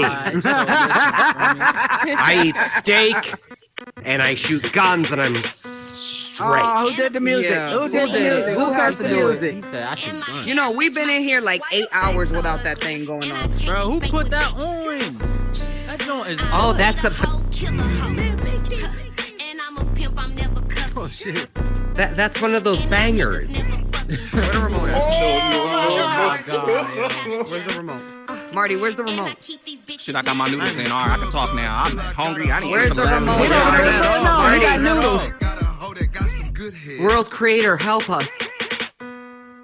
Marty Moore, please. Shout out to our sponsor, Kidco. That's a cell phone. Grab the remote. Grab the remote. I don't know what that is. Don't touch the remote. Just don't touch the remote. All right, let me get back to talking my shit. Let me get back to talking my shit. I got some noodles in my system. Killer, just walk through the door. Oh, you got some noodles in?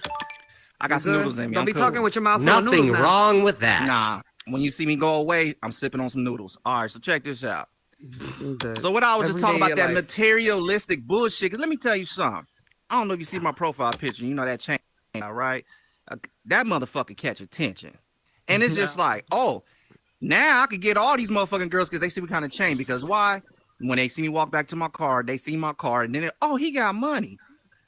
And then, you know, it's my decision if I want to fuck with him or not.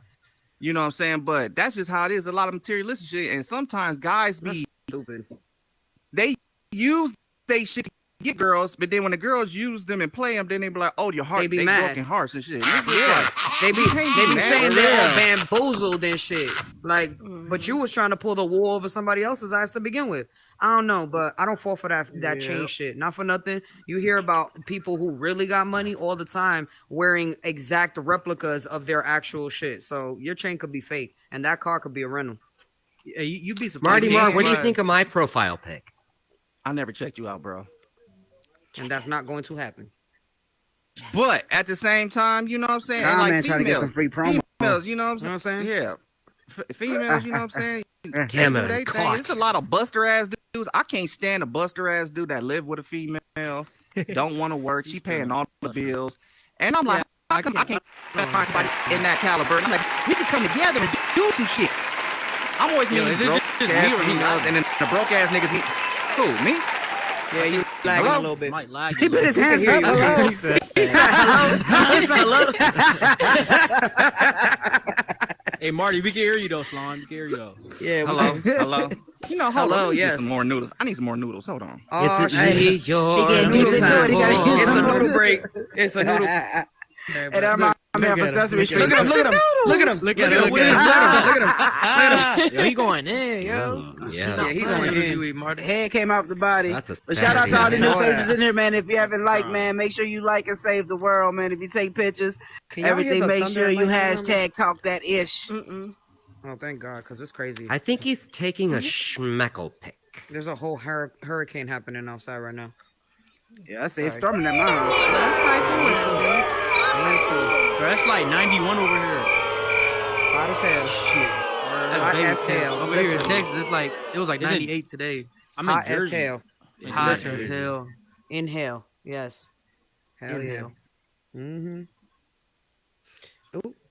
It's Where is awkwardly everybody? quiet. Shoot. So, Y'all ain't answer my question though. I asked I'm sorry. What did you One more say? time. What was your question? What's y'all opinions on toxic relationships? What Be a degree little of I'm specific. for him. Right, You gotta be a right. little That more they deserve specific. each other. Right. Like just like you know how like people be like some people be like, oh I like the toxicity type shit. Like You I mean, broke. like, I've depends heard on a what lot kind of of person people they say are. that. You broken. Yeah. If you yeah. like, Yeah, if for you sure. let me tell you something. If there's something that you like that you can recognize as being toxic behavior, and you don't know why you like that or why that appeals to you, you are broken. Toxic one.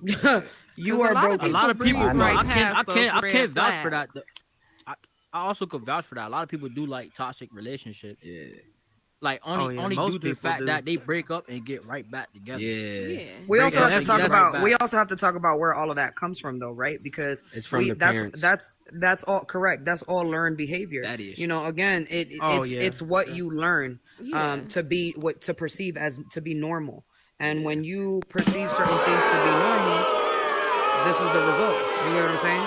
You get grown adults who think that certain things. Right, that certain things, you feel know, tall than mean a that a person motherfucker. likes you, or things like that, to that effect. Right. So, He ate noodles and got taller. Oh, Jesus. My mother's calling me. What, Mom? oh, Yo, don't yo. Why you Yo, talking to my your friendly mom cat like outside. that? He said, "What, man?" You still live at home, Coleman? Yeah, are you a kid? Because he been are you a pressing kid? buttons. He sure Can you is. say something? Why you all in my face? What the? Right. He's being real immature. Get him out of here. Right. Pull him. Get him out of here. Hey man, shout out to Kid Kobo. We can't have any kids in here at this time. You can go to Metacourt or so. Oh, he was trying to do some photography stuff. Oh, okay. That's a nice picture.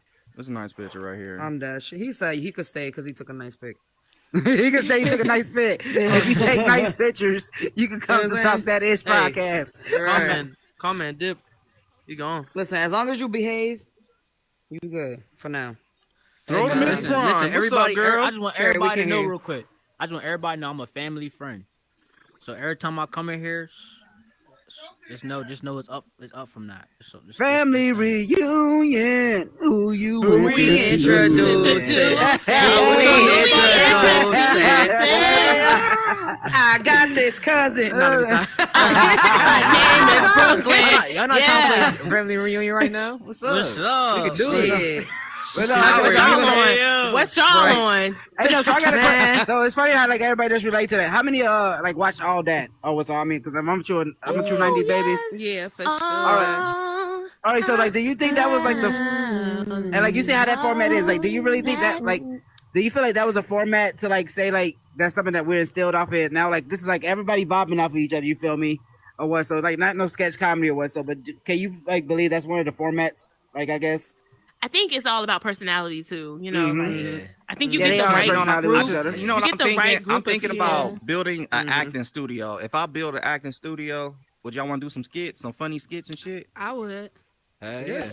That's what the homie Kingpin does. Shout out to Kingpin official. Y'all make sure y'all check out his world. I am down. Whose world? You already know I'm Kingpin. Kingpin. Who's Kingpin? I heard about Kingpin.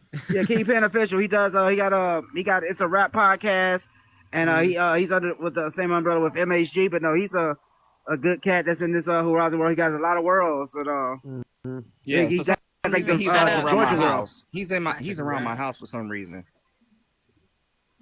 Like the dog or the noodles? Yo, man, I have so many questions. I was like, wait a minute, what the fuck are we talking about? I'm like, I got lost. And then I'm also thinking about creating a dating site world. Marty, nah, I ain't lying. A dating Marty, we're live, so you know.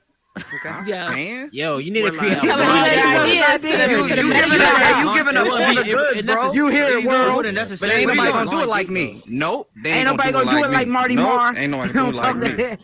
Can't nobody do it like you. But where are we live at? Where is it live at? So right it's live on YouTube. It's streaming on YouTube. Go to Super with 3 R's, and we're on a live stream right now. So tune in. Yeah. So how does that reflect back to? How does that reflect back to? We need to stream off of Talk That Ish. Nobody was your friend. You just said nobody know your ideas stream yet. off Talk That Ish because you said Super with 3 R's. We'll talk about it after. We'll talk about it. Okay. Yeah, we need get us in the group chat. Right. Yeah, first of all, we still have to have our meeting, but that's another time. Anyway, carry on.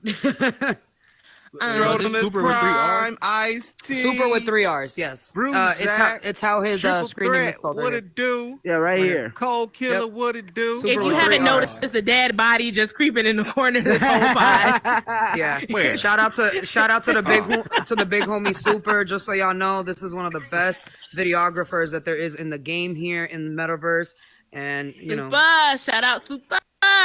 Shout out to Super. This is his bot. He's lending us his bot for Talk That Ish, and you know, so we can get our stuff out there. And he reaches a lot of people. So, you know, again, big shout out to him. All right.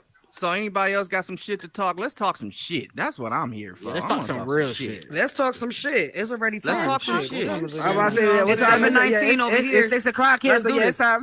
The kids they playing their game. After 9 o'clock, you already know we talking dirty after midnight. Fuck it. I'm about to go pour me a drink. Shit. I'm about to get me a drink. What everybody say? Hey, who drinking? You gonna really start talking. Anybody in here drinking? I'm hungry as hell, y'all. I might have to dip real quick and go get some shit in my bag. Okay. You better make some noodles. What's everybody drinking? I'm an old man tonight. I'm drinking some Seagram. Not the Seagrams. Oh shit! Boog is giving it up with the Ciroc. Listen, I'm on the tequila wave tonight. I'm on the tequila wave. Oh, she trying to get. Yeah, she trying to get. Triple three. Rich 30. Y'all welcome to come in and talk if y'all want to. Come on in. Don't be shy. But if y'all just want to listen, I understand. Please don't push the lock button because you're gonna lock yourself out. As soon as you said it, it's open. It's open. It's open. It's open. Everybody come in, man. Oh. Thank you. Like the world. Make sure you like the world. If you're new, if you're popping in for the first time, give us a like. Bro, give us a save. Do anybody know how to take this notification thing? This notification thing, like it keep popping up saying my voice or some shit like that. When you back away from the mic zone and in and out of the mic zone, you're gonna get that notification. So you get it regardless. All right. So if you're in and out of the mic zone. So if you're off the chair, on the chair, you're gonna get it. Yeah, if you step off and then get back on, it'll hop on. It'll get on the screen. I love this. This is something I like. All right, so let me ask you guys what this is mean. When a dude do this to you. Okay, so this morning somebody hit me up at 6:13 a.m. I'm asking everyone. Okay, so some dude hit me up here from the metaverse at like 6:13 a.m. I don't really know him like that, but he cool. Goddamn. So I don't know why he hit me up. What's his name? He said something about. No. Don't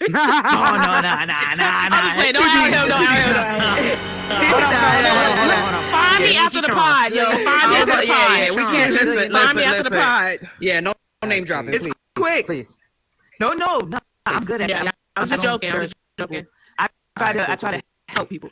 All right, so cool. Like, okay, so long story short, he was like, "Yo, I missed talking." It's a lot of people in here. Just give it a minute.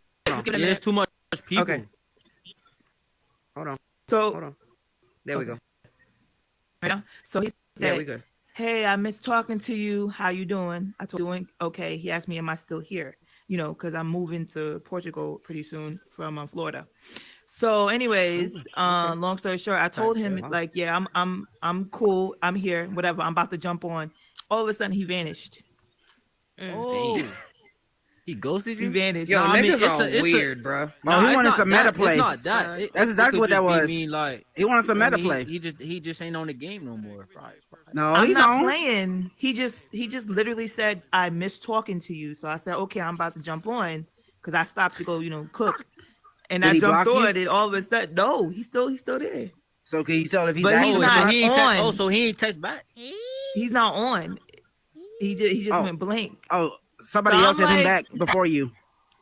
Mm-hmm. That's what somebody got back to him before you. Yep. Somebody listen. The thing is that I'm not dating anyone or anybody. I don't talk to him. He just hit me up random. Right. I know. That's what I'm saying. He was on the list. It's random to you, but there was 20 females on that list who hit up. The list. Yeah, look at that time frame. They said females with the shit. You know there's a female will hit you up at 4 o'clock in the morning. Not for nothing. It's completely plausible, right? I'm not making excuses for him. It's completely plausible he got busy. Because we honestly do have lives outside of the Oculus. I'm not giving him a pass. You ain't busy 20 minutes later from sending a message. Wait. Has he wrote to you since? It was like before I got back on here. He was like, in the course of 20 minutes, right? Today. Just like 10. It was in the course of 20 minutes. I went to Everybody pause right quick. Pause. Yeah, everybody stop sign. Everybody, hold on. Stop sign. Stop sign. We in class right now. Kindergarten. Stop sign. What's this shit called? The mannequin challenge. He said, "What's okay? We good. We good now. We good. All right. The mannequin. I was feel this one. I don't care. Oh, big up I'm London. not mad. Probably, but big up London. You gotta. You know what I felt? I like your voice. I Come here. felt What you look like? He probably got off for a long time. Shea Butter. What's up? We don't talk to Shea Butter. We ain't hear from you all day. You been at the table. What's up? Talk to Butter. Where you been at? We ain't hear from you the whole time. I don't know him. It's fine. Okay, you good then? I mean, don't you from the UK, sir? Your voice so pretty. Oh, come here, real quick. Somebody give him a mic. He can sit right here. I want to hear that. I hate having a beard. All this damn juice, all this damn noodles all on my shit. Yeah, there you go. Okay, hello. He got it. Thank you. Hey, hi, Billy. How you guys doing? I'm from London. Good, My name's I'm from London. What it do? Which part? What's good? How you lot doing? You good? Everybody's we're good, bro. He's from London. He's from London, right? That's London in the town. Can I ask you a real question as well? Talk to us. Talk that ish. Can I ask you a question? Cherry, get out your chair and get back in the chair real quick. Can I ask everyone a question, a real question? Go ahead. Absolutely. Go ahead. Yes, hey, chat to us, man. Chat to us. You trying to talk? How's if I will do. Definitely. Cherry, get out the chair and get back in your chair. We can't hear you. Macking. Right. How is everyone's mental well-being on a real though? Our mental well-being question. Yeah. Thank you so much for asking. You know what it is? You know what it is? You know why I asked that? Because every time when I ask people how they are, we always ask people how they are, but the real question is, how's your mental though? How you really feel? Like, how's your day been? Have you got anxiety today? Have you got social anxiety? Like, have you got this? Have you got that? In our culture, the "how are you" question is definitely rhetorical. I mean, I could in New York, people are like, "How you doing?" and it's not a question; it's a statement. It's just an acknowledgement. You don't see these tears in my eyes? You know what I'm saying? Nope. Now nobody cares. Hey, you can have a full-on cry in the middle of a subway. Ain't nobody giving a shit. You know what it is? I'll be real. Like even the other day, I gave a homeless man some trainers and some clothes, and he said to me, trainers are shoes, y'all. He said to me, yeah, sneaky, yeah. Sneaker. He said to me, he said, thank you for even just acknowledging me and talking to me. So you don't even know what you do to people, and you just say hello to them and just give even a general conversation. Even if you see someone with some dope sneakers or trainers, as we say, and you say, I like them, and you can just boost one word can build a construction, or one word can build a destruction. Yeah, man. That's right. I always gotta think about that. That's the realness, and I think that these conversations need to be had regular, man. You know what? You're right, bro. You're right, Billy. Because I'm gonna keep it real. This year's been hard for me. I had a mental breakdown. I'm telling you, bro. I think we could all agree. I've been going through depression. I stopped making the money I was making just because that shit was depressing me. That's why I want to tell y'all too. Man, getting money in a certain way. I'm getting money in a way I don't want to get it. And so when I cut that shit in half, now it's like I'm not living like I used to.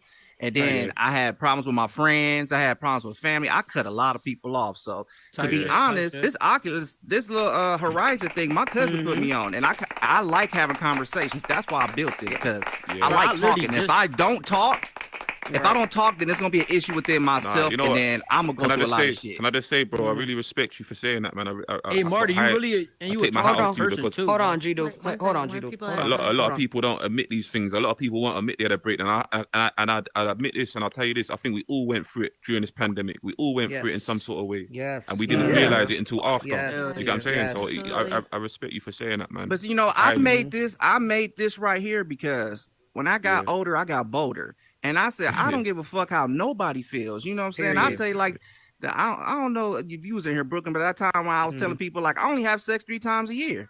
And then people was like, everybody was talking shit.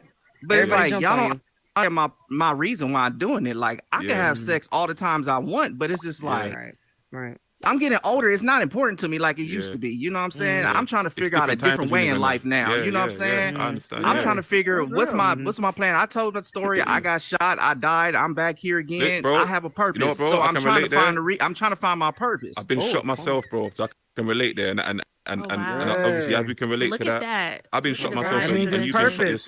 That's crazy. And then I got shot in my back. Howard, this speaks to the gun violence that we were speaking about. You start realizing who's your real people. You start going through depression. You don't have anxiety. You get what I'm saying? And you start going through all these things and all these emotions. It's depressing, man. It's like it's good that you I got shot in the head, and the bullet came out my neck, and I got shot in the armpit, and that bullet came out an inch from the neck. You know what I'm saying? So I tell people like when I got hit, it rewired my brain, so I think different from a lot of people. I'm the type I will come on here if y'all think it's funny. I'm just telling y'all just the real. You know what I'm saying? Right. I don't care. Like if we having our little other topics, and I'll be like, shit, I'm a quickie. You know what I'm saying? I'll tell motherfuckers, I don't care. You know what I'm saying? Like I speak the real, and I want people to come in here and be like, you know what? I'm with you, bro. And do anybody know a solution how you can make it better? Like we need to communicate. You know what I'm saying? And that's just for example. But everybody's gonna act like they the big dick monsters and they just so perfect, and then females think they just so perfect and all this type of stuff. It's like we ain't perfect. We all got problems. We all got flaws. How can we come together and better each other? And what are some things that you could or so maybe you might know a certain type of medicine or some type of something that can help the person, help the motherfucker out. Well, I drink sea moss every day, and it does wonders for me. Okay, what kind of tea? What kind of tea? I drink sea moss. Sea moss every day, man. Every day. Oh yeah, I've drank that. That's pretty good. And I'll tell you this, it helps like mentally as well. It helps. It does a lot for you, man. So I would advise anyone to, if you can get hands on CMOS, try and get your hands on that, man. CMOS, yeah. Is it CMOS? It's so cracking up. CMOS, CEAMOSS, CMOS. Cherry, you gotta get out your chair and get back in the chair. She already added this man and everything. She ready. Get back in the chair. Cherry Pie said she memorized like a Wiz Khalifa Howard, song. same thing. Howard, same thing. She said she memorized like a Wiz Khalifa song. Hey, Trevor, what's up? You don't want to go out there and say no? So shout out to all the new heads that's coming in here, man. And driving like the world. So can we go around the circle? Oh yeah, well, I'm gonna say.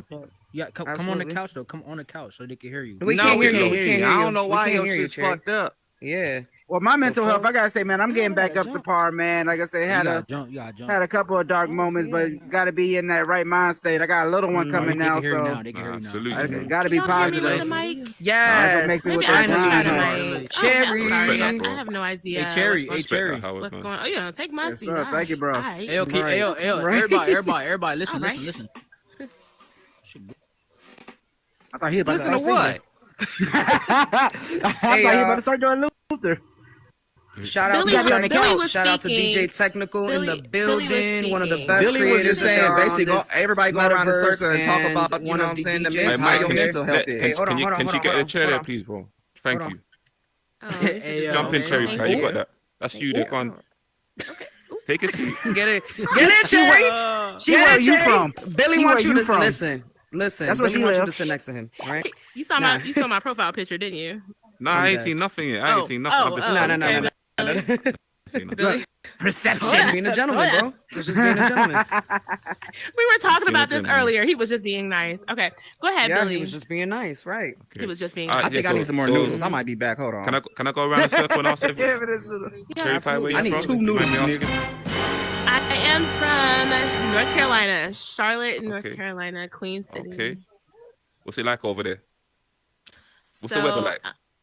Okay, so like right now it's probably 80-ish degrees. Charlotte is the largest city in the state of North Carolina, so it is very metropolitan. It's not rural. It's not a rural area. Super close to South Carolina. Really close to South Carolina. You said that so perfectly, like a tour guide. You know that? Shout out to Billy. Just to give you, Mackin live. You see this shit? But listen, hold on. Like, just to give you all in the room maybe a little bit more information about me personally. Of course, I'm interested. I've worked in radio before. I have a communication degree, so like I'm kind of used to speaking. Like publicly speaking. No, very well as well. Very well.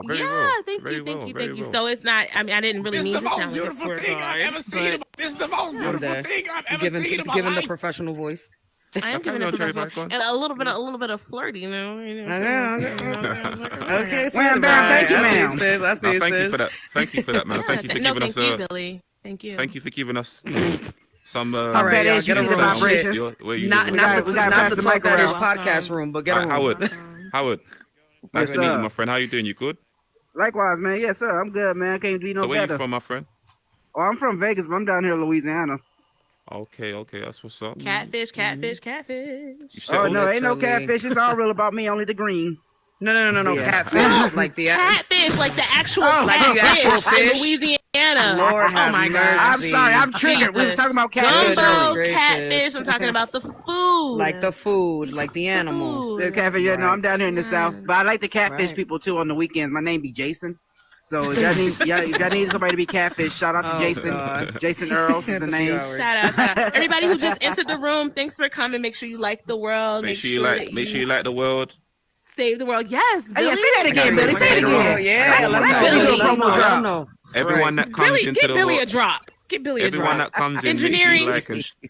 Make sure you like the world and respect it and show it some love. Yes. You get me? Love it. That's it. Billy, y'all heard it. Broadcast. Can Billy just sit next to me while we broadcast every day? You can have whoever you want next to you. Okay. Man, I'm starting to think we should put somebody in here on blind date tonight, man. What y'all think? I'm dead. Ooh, that would be cute. Anyway, so welcome to Talk That Ishh dating show. Cherry and Billy. Hey, you should put me and Marie on blind date. Me and Marie. Uh-oh. Love connection. Now you want Marie. Damn. Hey, Billy, just so you know. Really, and that's why we got dating sites, because shit like that. That's why we have dating sites. That's your, no. Behind you. Behind you. Marry Cherry and Billy. That's your brethren right there. He's from your end. So, so you know, he has a few builds if you're ever looking to connect on the UK. Yo, my guy, you good? Yeah, man, cool. I see you, bro. I see you. Y'all both from London? Nah, I'm from Birmingham. No, he's from Birmingham. Birmingham. You said Birmingham? He's from Birmingham, yep. Okay. Are you from Birmingham, yeah? That's respect and love. You already know. Yeah, man. Wait, that man sound like he about to drop a mixtape right now. Respect and love is the intro track. Coming on soon, Billy Bumble. Right. I mean, Billy Humble. I'm sorry. We got Jerry, the dribble and the dabble. Drip feelings. He over there looking out the window like, why? Yeah, making damn. Why? Rejection. Drip look like my husky right now. You got an orange She beard. said stay on the other side of the glass. If you know how to sing, that works sometimes. Go ahead, sing her song. Nah, Marie got to come back. No, not here. Not here. No, go sing to her. Go sing to her. Not here. Go sing to her. Give me that. I want to hear that. No. Not in the room. Go sing to her. Nah, that's too much. Is Young Boog alright? Anyone know CPR or anything? Oh, yeah. Yo, G, call the meta ambulance. Get your bro. Call the meta ambulance. Wake up! Real quick. Respectfully, he's tweaking. Yo, he's tweaking. Listen, get homie. He's over here possessed and shit. Yeah, he look kind of dangerous, my boy. Tell them I just been all right, so Billy, I mean, so you said you're from the UK and everything. All right, so how do you like your experience on the horizon so far? Like with like all the American cats. Are you like fond with America? I'm glad you asked that question. Hey, still, are you a kid? Hey, kid. Oh, right here. Hey. Oh, I'm not he trying went to away. I'm not trying to be mean. Oh, but this is a 21 and over. Can you please leave somewhere else so I don't get in trouble? Marty, is your girlfriend a kid? Is your girlfriend a kid? What happened? No, oh, Marie. I thought she was trying to get with Anna. Damn. Okay. Shout out to Kid Co. That's our sponsor. Would they give you diapers? Got you. She don't know yet though. Okay. All right. Well, go get that. Go get that. Listen, we all be in here. Okay. Shout out to the room, y'all. Make sure you like and save the room. Mm-hmm. Tell a friend, bring a friend. Make sure y'all do that. Yep. Too at home. Welcome to Talk That Ishh podcast. Please, if y'all have anything y'all would like to add, please feel free to come on in and come on the couch and go ahead and put your stuff on top of the table. Guys, Billy, you're going to have to jump out of your chair and get back in your chair because we cannot hear you. No, out the chair and back in. No, around. Yep. You're the first. And right back in. There you go. Oh, yep. So you guys, we are live streaming right now. So if you have anything that you want to add, just know that you're going to be on the stream. Y'all going to have to let me out. Can you hear me? Can you hear me? Yeah, we can hear you now. Yes, we can. Nah, yes, we can. Real. Nah, I'm about to lead though. So everyone like the world and respect the world. Yeah, how do I like the world? How do I get a word of like though? We can't. No, so you have to be on the mic or on the couch for all of us to be able to hear you. Otherwise, you pull up your wrist and you see it. Mm-hmm. Yep. All right. So how is the feeling for you? Can you hear me? Yeah, we can hear you now. Yes, sir. Yeah. Loud and clear. Yeah, I like it, man. I feel like a few of us UK people that come on here, I think we more get on with the USA people, to be honest with you. Mm-hmm. I do anyway. Mm-hmm. I can speak for myself when I say that. Mm-hmm. But obviously I've got some UK friends on here as well, but there's not much. But when I come on here with I have good conversations with the USA people. I feel like you lot got good people skills. Thanks. Yeah. And do you feel like a lot of people drawn to you for like that, like how you say, for that genuine effect, or just for that entertainment value? Like, because like you said, you're from London, you know, they hear your dialect, they hear your voice. Do you feel like that's a attention getter right attacked, there? Howard. I feel attacked. I'm accent talk that Ishh. I'm accent. But it's the same with me. I like to hear it. I like you lot's accent as well. So, it's the same kind of thing. No, because like Ariel Spears, that's one of my favorite comedians, and he would say like about like he made that English joke. He's like, man, yeah, you can be proper, and then you can just say anything disrespectful. Like, I just want to take you home and bend you right over. And why she tell you what you? Hey yo, had to be fucking Howard. Can we kick this dude? We probably should. The ambulance is on its way for him still. He gonna be back. Yeah, but he been like this, bro. He been like this for the past 5 minutes. It's stuck in traffic. But no, that's what's up, bro. Move out the chair because we need the chair. Thank you for sharing that experience though with us, man. I got you. Thank you. Like real spill. Do a pull. Like, Do a pull. He can come back. It's cool to see that Hold merge. on, it's his brother. He's just gonna have him move out the chair. It's fine. Has to move him, out the chair. Yeah, he'll be fine. How could he move him? It's his brother. It's his brother. It's his brother. Oh, they're in the same house. Okay. Yeah. Oh, he's trying to wake him up. I thought he was gonna try to Buddy be is smart hell in before he VR. gets on the Oculus. Hey, Book, you all right? You all right, bro? Is he sleep? Is he sleep? Nah, Billy, I'm tweaking. I'm tweaking. Oh my God! Wait, let's make sure he's okay. Is he like actually okay in real life? We can't hear you. Can you come up to the mic? He said to kick him. He gonna just join back. I'm about to say here he was blanking, so he had to be good. Yeah, he's smoking right He now. blanking. He ain't there. You're not in the house with him. Who's his Yeah, he brother? just been all his business on blast. I'm his brother. I'm his brother. Oh, is he okay in real life? Is what I'm asking. Someone gave him that. Yeah, he's smoking. We don't live together. He live with my. Someone gave him that Harlem Shake pack. Gotcha. Hey, if y'all ain't do this already, because y'all probably haven't. I just said away from headset. But if y'all could do me a favor, go to Apple Music, type in 3428 space Big Mo. Bro, he sound like. Wait, where you from? Blue Road right now. He got the I'm from plug. South Carolina. Now what? Let him put himself on. Say that again, bro. This 3428. It's on all streaming platforms. On all streaming platforms, type in 3428 space BIG space MO, and boom. Like, that's your name. I'm gonna plug in. I'm definitely gonna plug in on that. That's the album I just dropped. So. Oh, that's the album. Yeah, but shout out again. I said we live streaming, so make sure the viewers hear that. Word. If I look that up, man. 34. That's 34 28 sound like they talking, space I can't hear them. BIG space MO. Yeah, but hey, man, thank you for feeling comfortable with showing that, man. That's what this podcast is for. Like, I respect that. I say, you gotta like get off the chair and come back. check out the music. Not you giving me directions on the pod. Oh, in that case, I got an account called Fesco, and if you watch the show Euphoria, I got a club. You say Esco. Hey, we ain't doing nothing illegal over here. Nah, Fesco. Oh. Yeah, his name. He actually he plays a drug dealer on the show. On the real the Mac Miller dude? The one that looks like Mac Miller? Oh, yeah. That's what you look like. I got a world. That's your inspiration. So like a bunch of people kept on saying I look like him or this character looked like him. So then I just made a character for Fesco and then it just kind of took off. So I made a world for Euphoria right now. And phase 1 is done. So shout out your world. Shout out your world. Shout out your world, bro. It's a big ass club. Mm. And what you named it to Euphoria? Are we going to Euphoria after party?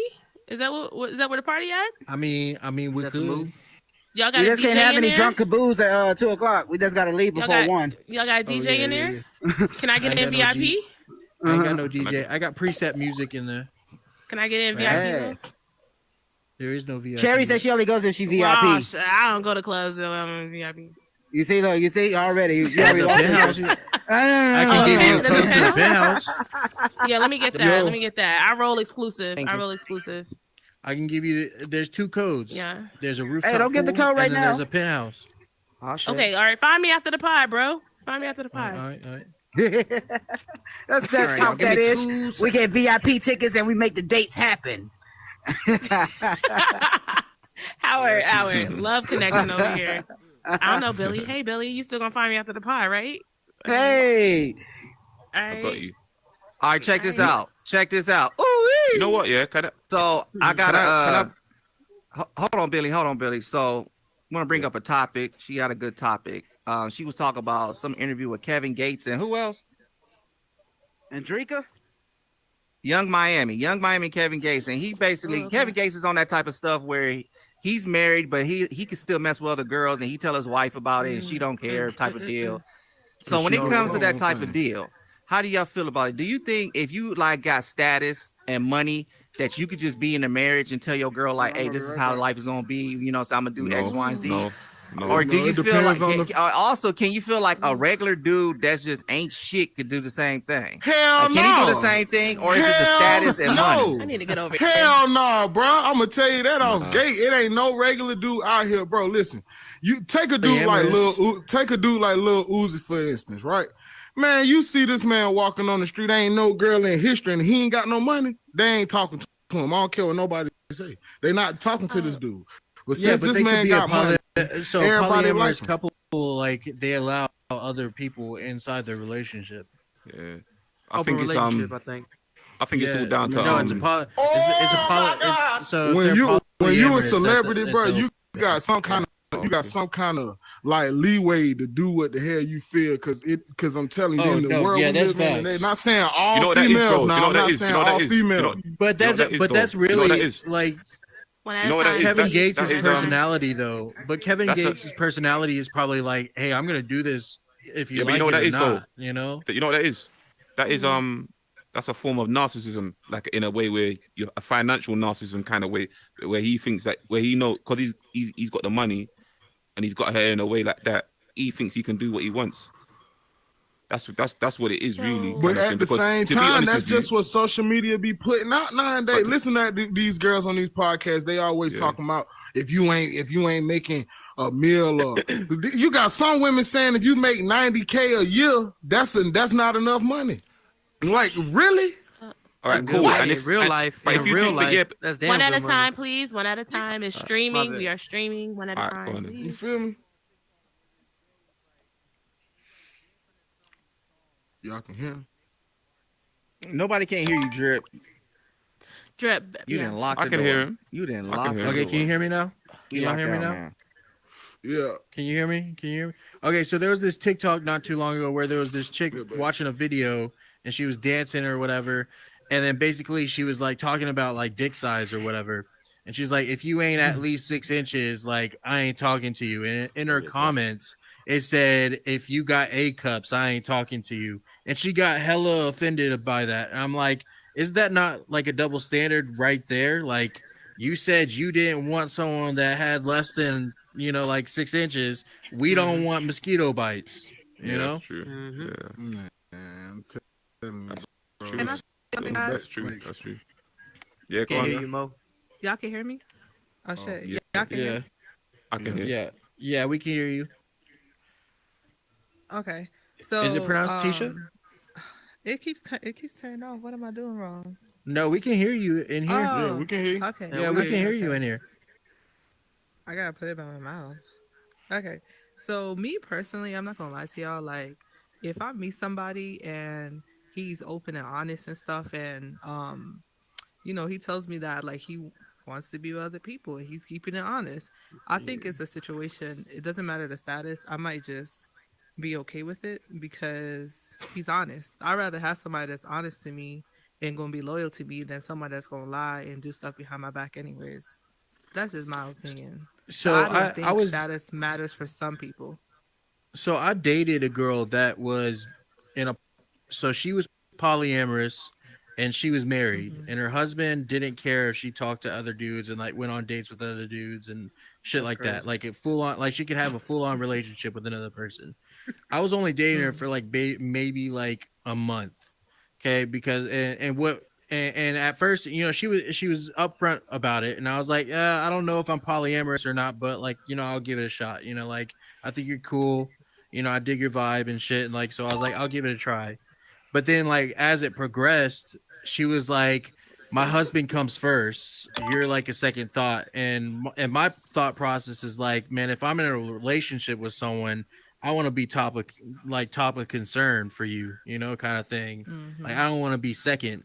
So then at that point, I was like, okay, I can't be in no polyamorous type of situation. I gotta have, like, I'm jealous, like I gotta have you and you gotta have me kind of thing. But humans got feelings at the end of the day. So people can try to portray like they ain't gonna give a damn at the end of the day. But at the end of the day, bro, they gonna feel some type of way no matter what it is, bro. Mm-hmm. Exactly. You a human, bro. You entitled to your feelings. You gonna hurt if you see somebody you done fell in love with doing something with somebody else. You gonna hurt. That's a female and male. That's just how it is, bro. So I know people be like, oh, I don't care about this, I don't care about that. I know that. I feel you. But at the end of the day, bro, you gonna feel some type of way. You might not tell nobody, but you gonna hurt. Like, yeah, that's just how I see it. Yeah, for sure. I mean, me personally, maybe it's just me. I'm old fashioned, but when I got a woman, that's my woman, and that's it. Exactly. I mean, not on oh, I own her type shit, nothing weird like that. You know what I mean? No toxic, shit like that. But if I'm with a woman, I'm with that woman, and she gonna be with me, and that's it. If I feel like I don't want to be with her, I tell her straight like that. Yeah. See, true, yeah, so my parents are like kind of religious, like not kind of like they full on religious, you know, like, and I wouldn't say like I'm as religious as them. Like, don't get me wrong, like I believe in God and like, you know, there's something else out there, you know, but like I'm not sure what it is, but they always told me that you need to find someone that's equally yoked as you, and what that means is that is on the same like wavelength as you, or like the same knowledge as you. Bro, stop clicking the lock, please. Thank you. Oh, is it locked out there? Yeah, but they're not supposed to be clicking it.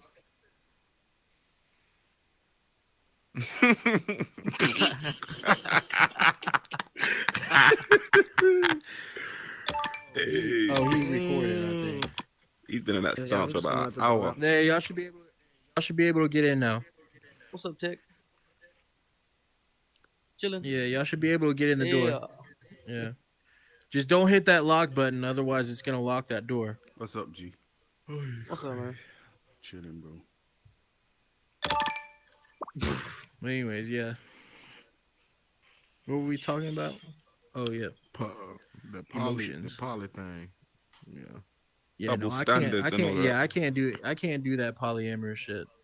Yeah, it gets too weird. Yeah, I mean, hey, if somebody does it and it floats your boat, man, hey, it is what it is. But not me. Yeah, I'm a spaz, bro. Straight up. My feelings, bro. My feelings come first, bro. And me personally, the way I am, I was right, bro. I had both my parents, so my daddy taught me how to be a man. At the end of the day, exactly. So when it's me and this girl, shit, I'm gonna provide the way it is. Two motherfuckers in a relationship taking care of one. That's just how it is. So I'm like, I don't give a damn how honest you is. You can come to me and be like, you can come to me and say, oh, hey, don't be pressing random buttons. Yeah, I fell in love with this guy, but I still love you. Oh, shit. Oh, my bad. Because you ain't staying with me. See, you know that. Hell no. Hey, what you think? Hey, what you think about the man always buying like the first date?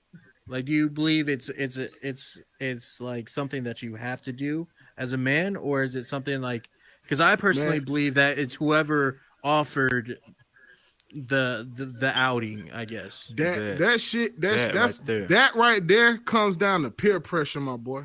That's peer pressure from social media. Social media make you think it's all about how you and that girl relationship is. Me and my lady, we 50, bro. We've been 50-50. So when we was homeless, we was 50-50. You feel me? Like, but you like straight up though. I'm just keeping it real. We own our house now. I bought my house at 24, but we was homeless at one point, straight out of college, bro. You feel me? So are you married? She understood. Bro, some confetti for that, man. Are you married? We about to be. Okay, so in a marriage, do you believe that all of your money or all your financial like should be put together in one account, or do you believe in like having your own account? No, I mean it's all about how you and her feel about like it. You feel so me? Me personally, I think like a majority of your incomes should go into a joint account, but like you should also like have some for your own personal account. Personally, yeah, I agree with that. I agree with that. Yeah. I like that. I like that.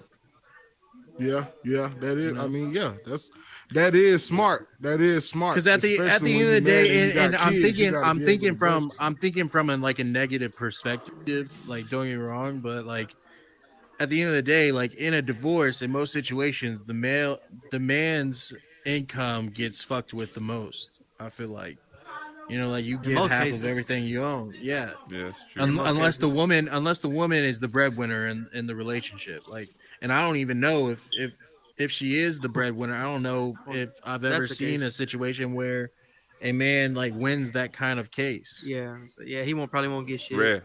Yes, he will. He will. Oh, okay. He will. Oh, my cousin went through that.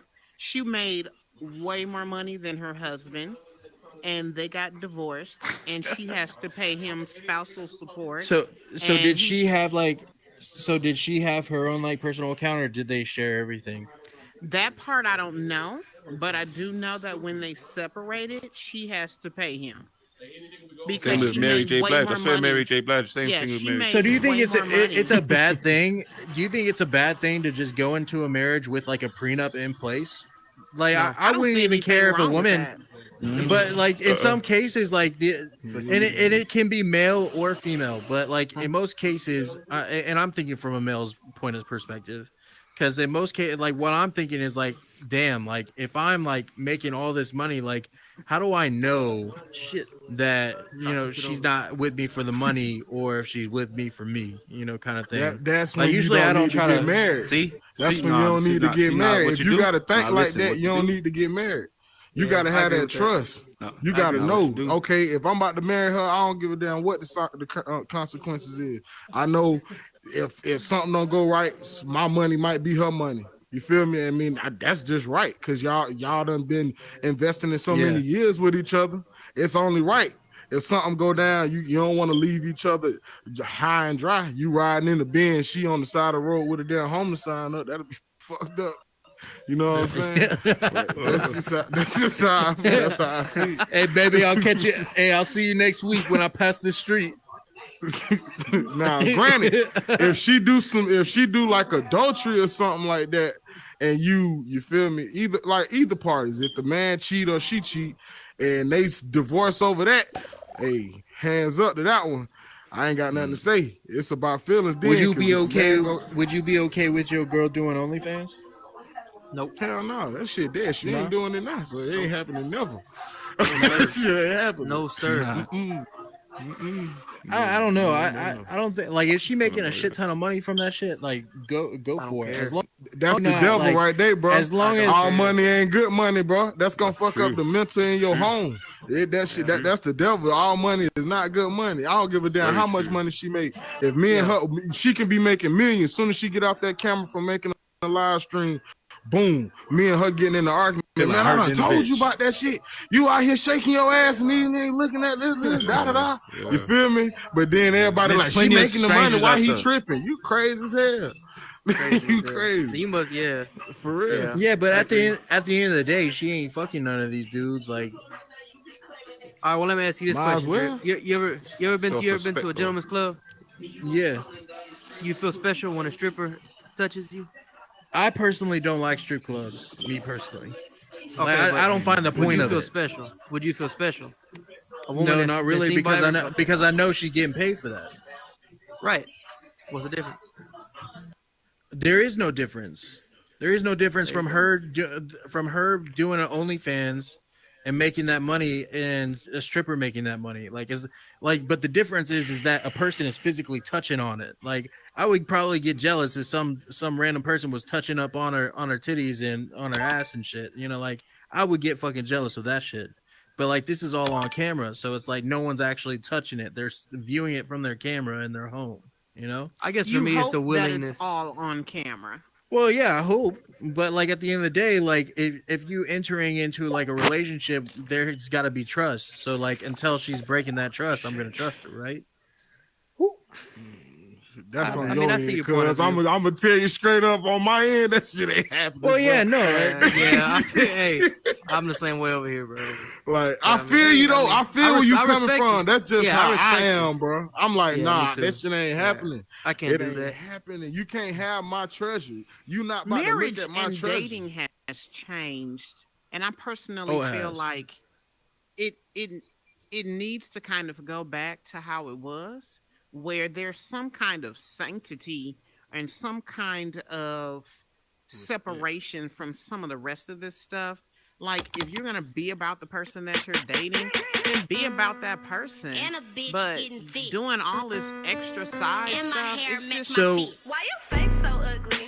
So like, I don't know the exact numbers, but like, I've read a few articles saying that the Gen Zers are more against monogamy than like the millennials. And then so like right now, and like, dude, like, there's so many podcasts about like women, like teaching women how to like. There's this one podcast that's like, I think it's called Call Me Daddy podcast, and basically it's all about like how a girl can please a dude. Okay, and it's literally about like basically living your best life, quote unquote, like not under the umbrella of like, hey, I'm gonna get in a serious relationship, I'm gonna marry this person. And in most cases nowadays, people are like, I don't need a paper to say that I love this person, or like a marriage license and an official stamp saying that. And I think it's brought upon the aspect of people like are afraid of commitment, but at the same time, like in all actuality, like, you know, they didn't have marriage licenses fucking hundreds of years ago, like, so how it worked then, you know? Yeah, but it doesn't make sense, because I spoke on this yesterday with saying they don't want commitment, but then they make kids together. Children are a lifetime commitment. So it's like it's not, that's not logical. It doesn't make sense. It's ass backwards. Yeah, So but you've heard of people. You've heard of people like where they're divorced and they co-parent, like, and it's, you know, kids have grown up that way and they've been successful and they didn't and have that any sounds like. wonderful, but there's not a whole lot of that going on. You know, it's not. Yeah, it's all about mass producing them. It's all about that moment was great, that feel good moment was great, and oh, now we got a kid. You know, this may be her third or fourth baby daddy. This may be his fifth or sixth child with a new baby mama, and it's just like, it's okay. I don't really want to be with them like that, but yeah, we now have this lifetime responsibility. Yeah. Would any of y'all be a stepdad or a stepmom? No, sir. I think that choice kind of gets taken away from us depending on you know, at what point in our lives we're looking to you know, commit to another person. So all of my siblings, we can't hear you. Yeah, you probably got to back out. You're gonna have to get have to leave the area. You're gonna have to get out the chair and get back in the chair. Mm-hmm. But like from my perspective of it is, so all of my older siblings that are married, some of them have their own kids, but then most of them have married someone that has a kid, so they are like a stepmom or a stepdad. So now for me, it's like, and my mom's like, she's like, don't bring it, like, please don't bring me someone else's kid, you know, like have your own kid kind of thing. So like, I feel like I'm under the pressure of like saying like, now I can't like date anyone that has a kid, but at the same time, I don't let them just like live, like make rules for my life kind of thing. But at the end of the day, it's like, okay, do I want to be dealing with like someone else's father? You know, do I want that in my life? How old are you, Drip? May I ask? I'm 29. Okay. So, I mean, think about the amount of women that, you know, that are 29 that don't have children. You know what I'm saying? Well, yeah, it makes it a smaller niche, but like at the end of the day, it's like there's gonna be like there's millions of women out there. Like there's bound to be one of them that doesn't have a kid that is around my age. You know? Yeah. Oh yeah, 100%. 100%. I mean, you're talking to one of them right now. I don't have any kids. But yeah, but again, you know, I also look at that, and I look at the likelihood of me being with someone who doesn't have children, and as I get older, you know, it decreases, it becomes smaller. And so it becomes a question of, do I want to date someone who has small children, or should we maybe aim for someone who has older children, you know, that kind of thing. Because it can be, you know, different depending on how old that person's children are. I just got here. What was the original question? I'm sorry to hop right into this. Just kind of like, if like, would you be like a stepdad, or would you be okay with being? Would you be a step parent? Yeah, and would you be a step parent? Yeah. Could you? No. Well, like, could you? I am a parent, but I've also been in relationship scenarios where I was kind of co-assisting with parenting without being called a parent in the situation. I look at it like this: like if you're going to be involved in somebody's life, and you guys have a balanced transactional relationship, meaning you do for them, they do for you. You have to consider if they have children, because that's all inclusive. You guys can, you know, figure out how you spend your time, and if the children have their separate time. But at some point, if you're all going to come together, you have to consider that it's only mutually something that I think is respectful upon both parties. Can I mean, you wouldn't like think about this. Like, let's say you date somebody, you fall in love with them, you really like them, then all of a sudden they just say, "Hey, by the way, I have 2 kids," are you just going to stop seeing them? You're going to sit down and start ironing out all the specific details of their kids' ages, what their life priorities are, the cost of that situation could throw a wrench in something, because it's almost like you were hiding the fact that you had a kid from someone. Yeah, but that's interesting. Is a person having kids really a by the way though? Is that a by the way, or is that a hey, my name Absolutely is not. and I have? Yeah, right? That's something that you should know, like off the get go. Yeah, because yeah, then that's what I was trying to then it's kind of forcing the other person to be like, damn, like I have to be okay with this, or I'm gonna look like a shitty person. Wrong with the voice? This thing keeps telling me that. Okay, I'm sorry. No, so sit in the chair. Sit in the chair. Yeah, you gotta get in the chair. Yeah, because you're next to it. It's a little just like stand in front of. No, get in the chair. In front of the mic. Yeah, in front of it. Okay. There you go. Gotcha. Now you're in the chair. Should be good. Thank you. No, I think you're right. Like, somebody saying that, hey, by the way, I have children, shouldn't be a by the way, but that goes beyond kids. It goes to honesty. Like, I think that should be something that transparency. I think that should be something that's like talked about on the first date kind of thing.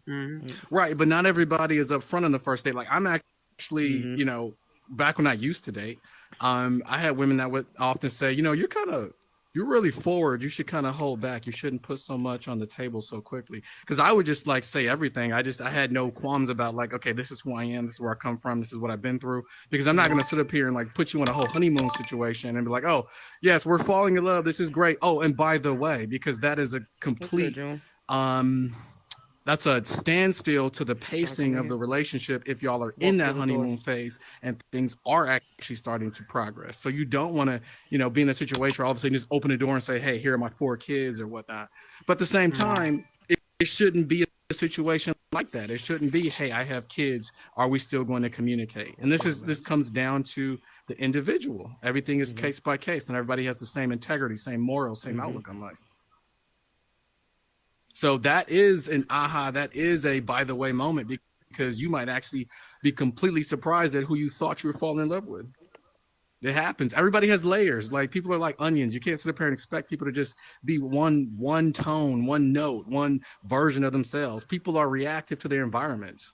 Like, somebody could be like a perfect saint, and all of a sudden they get some news that, oh, by the way, I'm going to die tomorrow. You might see them completely change. People have layers. So, yeah, I think it comes down to the individual. I'm not going to say that like everybody has a template to how they're going to react to when somebody says, hey, I have kids. But if it is a situation where you are in love with somebody and then they said they do have kids, and all of a sudden you find that you are then evaluating the value of the relationship and point of y'all's transactions in the first place, then you probably are a conditional person. You probably have specific reasons why you date in the first place, and people are just a means of, fulfilling your objective goal. That's true. And that's borderline sociopathic, but I'm not trying to put a box on, put anybody in a box. No, I mean, it's true. I mean, it's 100% true. It's 100%. I mean, one of the things that I try to stress here, time and time again, is that the one variable that you can never account for is a human being, is another person, another individual. There's too many factors that come into play to think that, certain things will be one size fits all. And so it's one of those things where, like, you can get 2 people from the same environment, but you're not going to get the same outcome. Of course. Yeah. So it really is, just to kind of add to what Robert was saying, humans are very much like an onion with layers. You got to peel them back, and everybody's a little different. Everybody's a little different. Yeah. I mean, when I actually started dating, one thing that I did notice, which was a big surpriser, was that, like, well, first of all, I was kind of brought up in a very like traditional conservative type of upbringing. So a lot of things that were taught to me weren't necessarily applicable to the adult world that I came into when I reached that age. And I was raised under the mentality that, the guy's supposed to be the breadwinner, and, women are naturally empathic, and, they'll, once they identify certain traits within you, they'll then want to be compelled to form partnership. These are all templates to life. This is not how people are. These are all culturally taught incentives that don't actually play out in the modern sense. Oh, yeah. So yeah, you really sure. have to understand people. Like I know a lot of women, or knew a lot of women that, you know, they couldn't handle the reality that I had kids. Like they just like, you know, I want to have my time right now.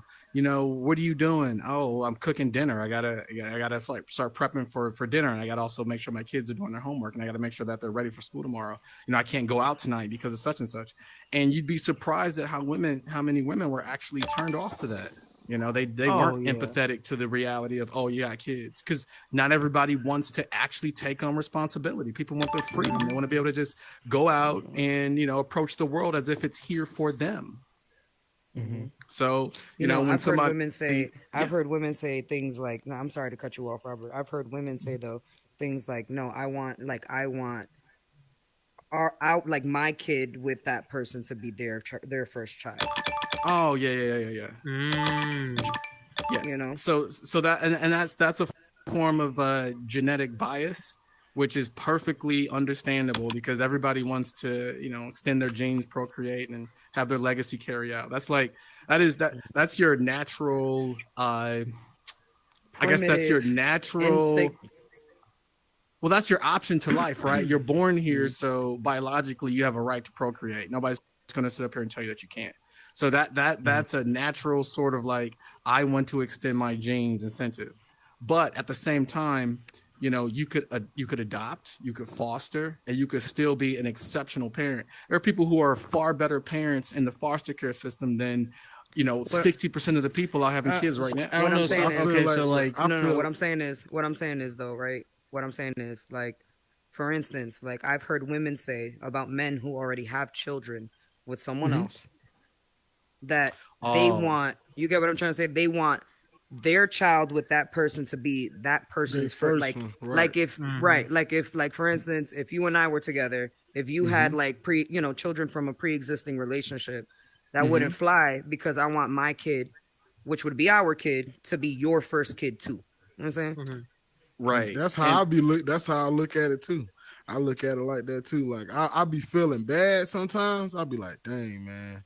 Like, like, damn, she got a kid. You know, like some people, Mm-hmm. and speaking towards what he was saying, like some people shouldn't be parents. You know, like there are a lot of people shouldn't be parents. That's a fact.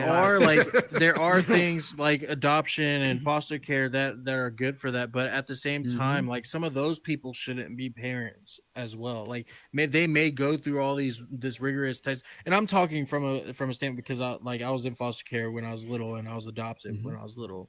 And then so like speaking from that point, it's like some of the foster parents are out there for a check because foster like when you're in foster care, those foster parents or like a group home, they actually get paid by the state to take care of that child. So like they get money from the state every month for like they probably get nice expenses tax of that child. too. Yeah. Absolutely. And they do. Speaking from being adopted, like don't get me wrong, like I love my mom and dad, you know, like I see them as my mom and dad. But growing up, like early on because they first started as like a foster home and then they adopted everybody in the foster home. So I have like including myself, I have like 12 siblings, you know, like so like basically I'm like the very middle one. And seeing it early on, like they had groups, like there was 4 kids that came in first, and then there was like another group which was like a twins, and then there was me and my sister that came in. And then growing up through that early on, like I could see where they like kind of show, like they always said that they didn't show favoritism, but they kind of showed favoritism to that first 4 group that they got, because it was like almost like it was their like first children, you know, kind of thing. But at the same time, it's like, okay, like I appreciate them giving me this opportunity. I appreciate the life they gave me. But at the same time, like early on, it could have been seen as like, hey, like I don't know if like you were meant to have like children, you know, like because they're white, you know, like super, like I'm Spaniard and white, you know, and you know we had like I have 2 twin brothers or adopted brothers that are Hispanic too, and some of the things that they would ask me and my other brothers to do is just like borderline. It's like are you asking me to do this because like I'm Hispanic, or are you asking me this because it's a chore kind of thing? Like they didn't really make their first 4 do a lot of shit. You know, like I was always doing like the yard work and cleaning the house and shit like that. Like I was like, and I don't know if they were trying to teach me responsibility, but at the same time, it's like I'm seeing this as a kid where it's like, hey, like I'm getting in trouble for this shit when they're not getting in trouble for this. Right. So I'll definitely, you know, like I don't know, like yeah, I just want to say, like, you know, I definitely hear what you're saying. Like that is a tough situation when you are like one of 12. You can get lost in the crowd very easily. Lost in the and it's kind of hard to even like, you know, really see yourself as either the middle child or the younger sibling, you know, after a while. But I will say this, like, you know, parenting is a lot of trial. You know, that's not an excuse. I think it was a lot of trial and error. Because like as I got older, like they kind of got more lax, like more lenient. Like when I say my parents are like religious, like they're the type of religious that like you would go to church like Monday, or like you would go to church Sunday, Wednesday, Saturday kind of shit.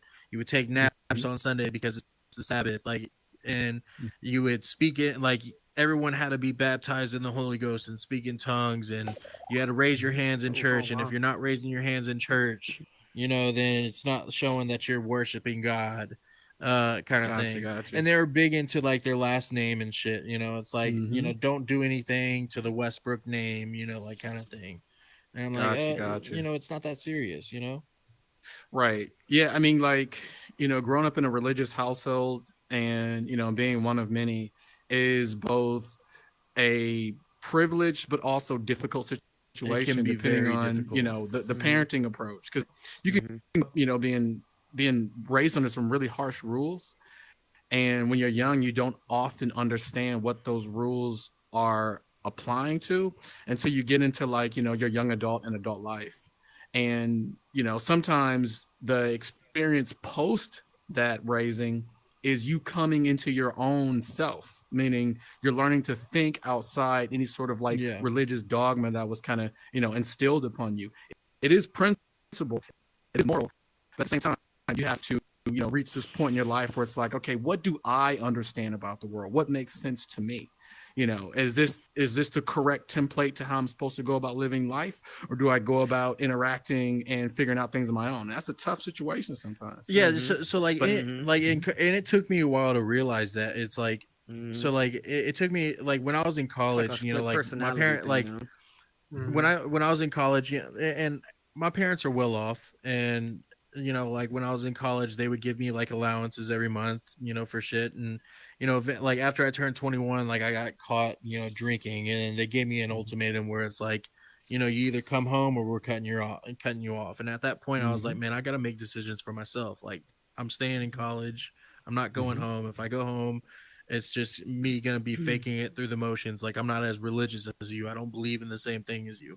Like they believe like, so like they believe that like if you're homosexual or you're a part of the LGBTQ plus community, you're gonna go to hell because God says, you know, that's a sin or whatever. And it's like, I don't know if that's a sin. Like, and when they're talking about that shit in like the Bible, like I think that's more of like perversion, you know, like and that instead of just like a love for someone else. If someone can see like if someone can see two like two male eagles like taking care of a baby eagle as like a parenting kind of thing, and they see that as beautiful, why can't they equivalate that to like two human beings, you know, doing the same thing? Yeah, there's absolutely. I mean, you know, it's hard to kind of graduate outside of religious orthodox and graduate outside that template. And it's hard to get them. It's hard to get them to like change their view, because it's like they believe that this is like, my view would be temptation and getting them to kind of come off of their pedestal that they've set for like religion, you know, and and I'm diminishing it or something like that.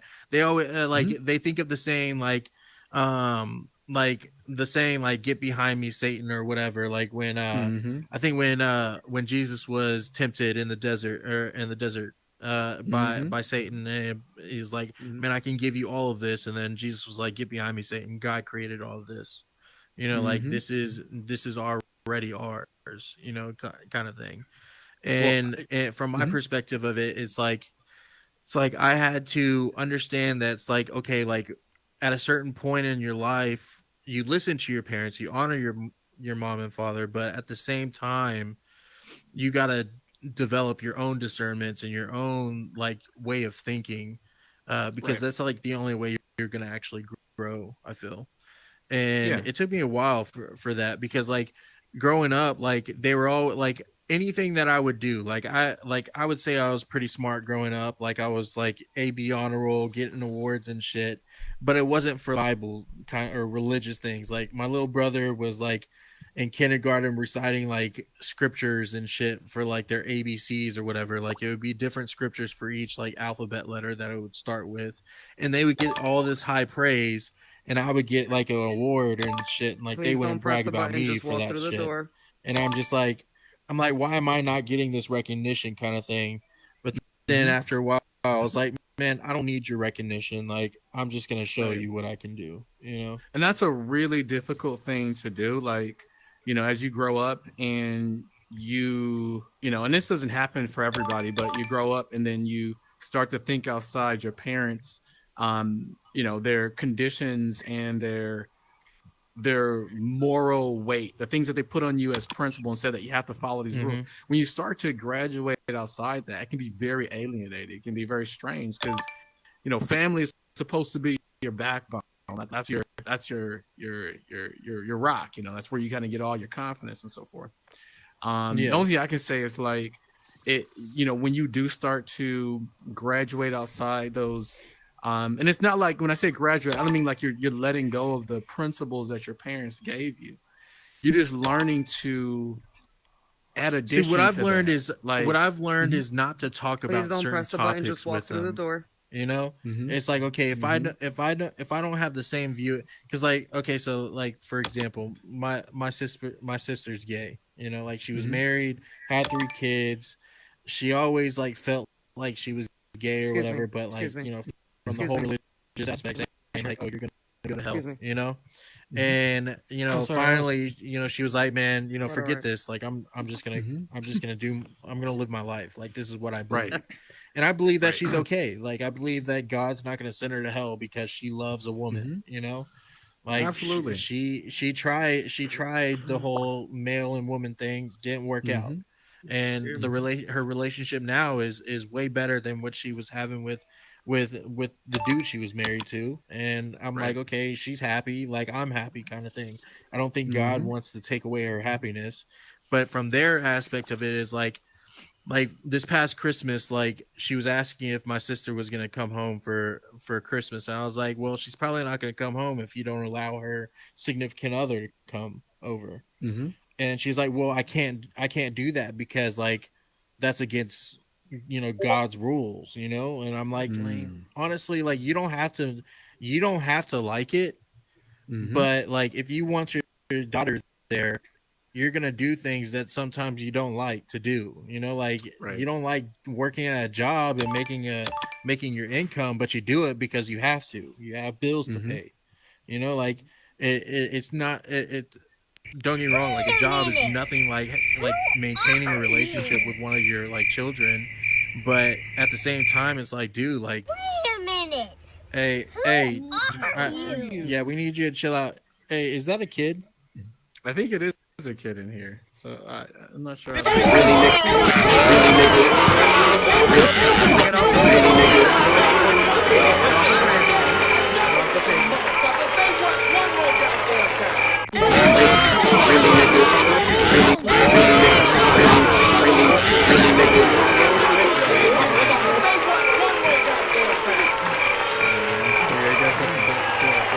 But just to, you know, kind of piggyback. Just go ahead and vote her out, or whoever that is. Give me one second. Uber here. Yep, go ahead and vote for myself. Like, Uber will be here. Hold on, I'm sorry, guys. For those of y'all who have just entered, thank you. Welcome to Talk That Ish podcast. Please go ahead and give the world a like. And if you would like to add to the conversation, please feel free to come on in and sit on the couch or grab a mic, either one, and put whatever you want on the table. We just ask that everybody keeps it respectful and that everyone just comes in and is ready to receive what the table brings. So, hey, how old is your mom? Right. You know, you gotta get out of your chair and get back in it. Not to, you know, kind of run with the topic too much here, but just speaking from my own experience, you know, I also came up under a, you know, a very, I would say, spiritual upbringing. On one side of my family we had Christians, on the other side we had Catholics. So there was always that slight difference in political understandings in the way of religious pursuits. But what kind of helped me to start graduating my thinking, two things. One, I was brought up in a spiritual upbringing. What I mean by that is, I was abreast of Catholic principles and morals, and I went to Catholic school, and then I was also abreast of Christian morals and practices because I went to church, on and off on the weekends. But for myself, getting into college, I started to study other, religions and theology.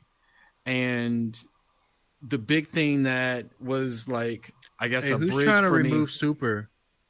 I have no idea. Probably this dude right here. Is that Semi? Bro, don't remove him. I think he's doing the live broadcast. But a big thing that helped me to kind of graduate outside of, say, one specific religious view was the fact that fear as a tactic, in my opinion, shouldn't be implemented into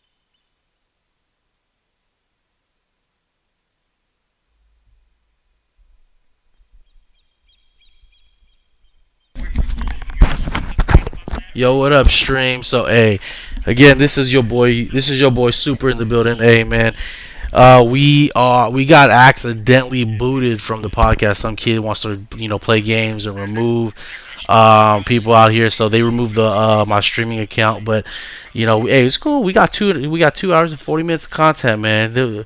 Bro, Talk That Ish podcast, bro. You got to make sure to tune in.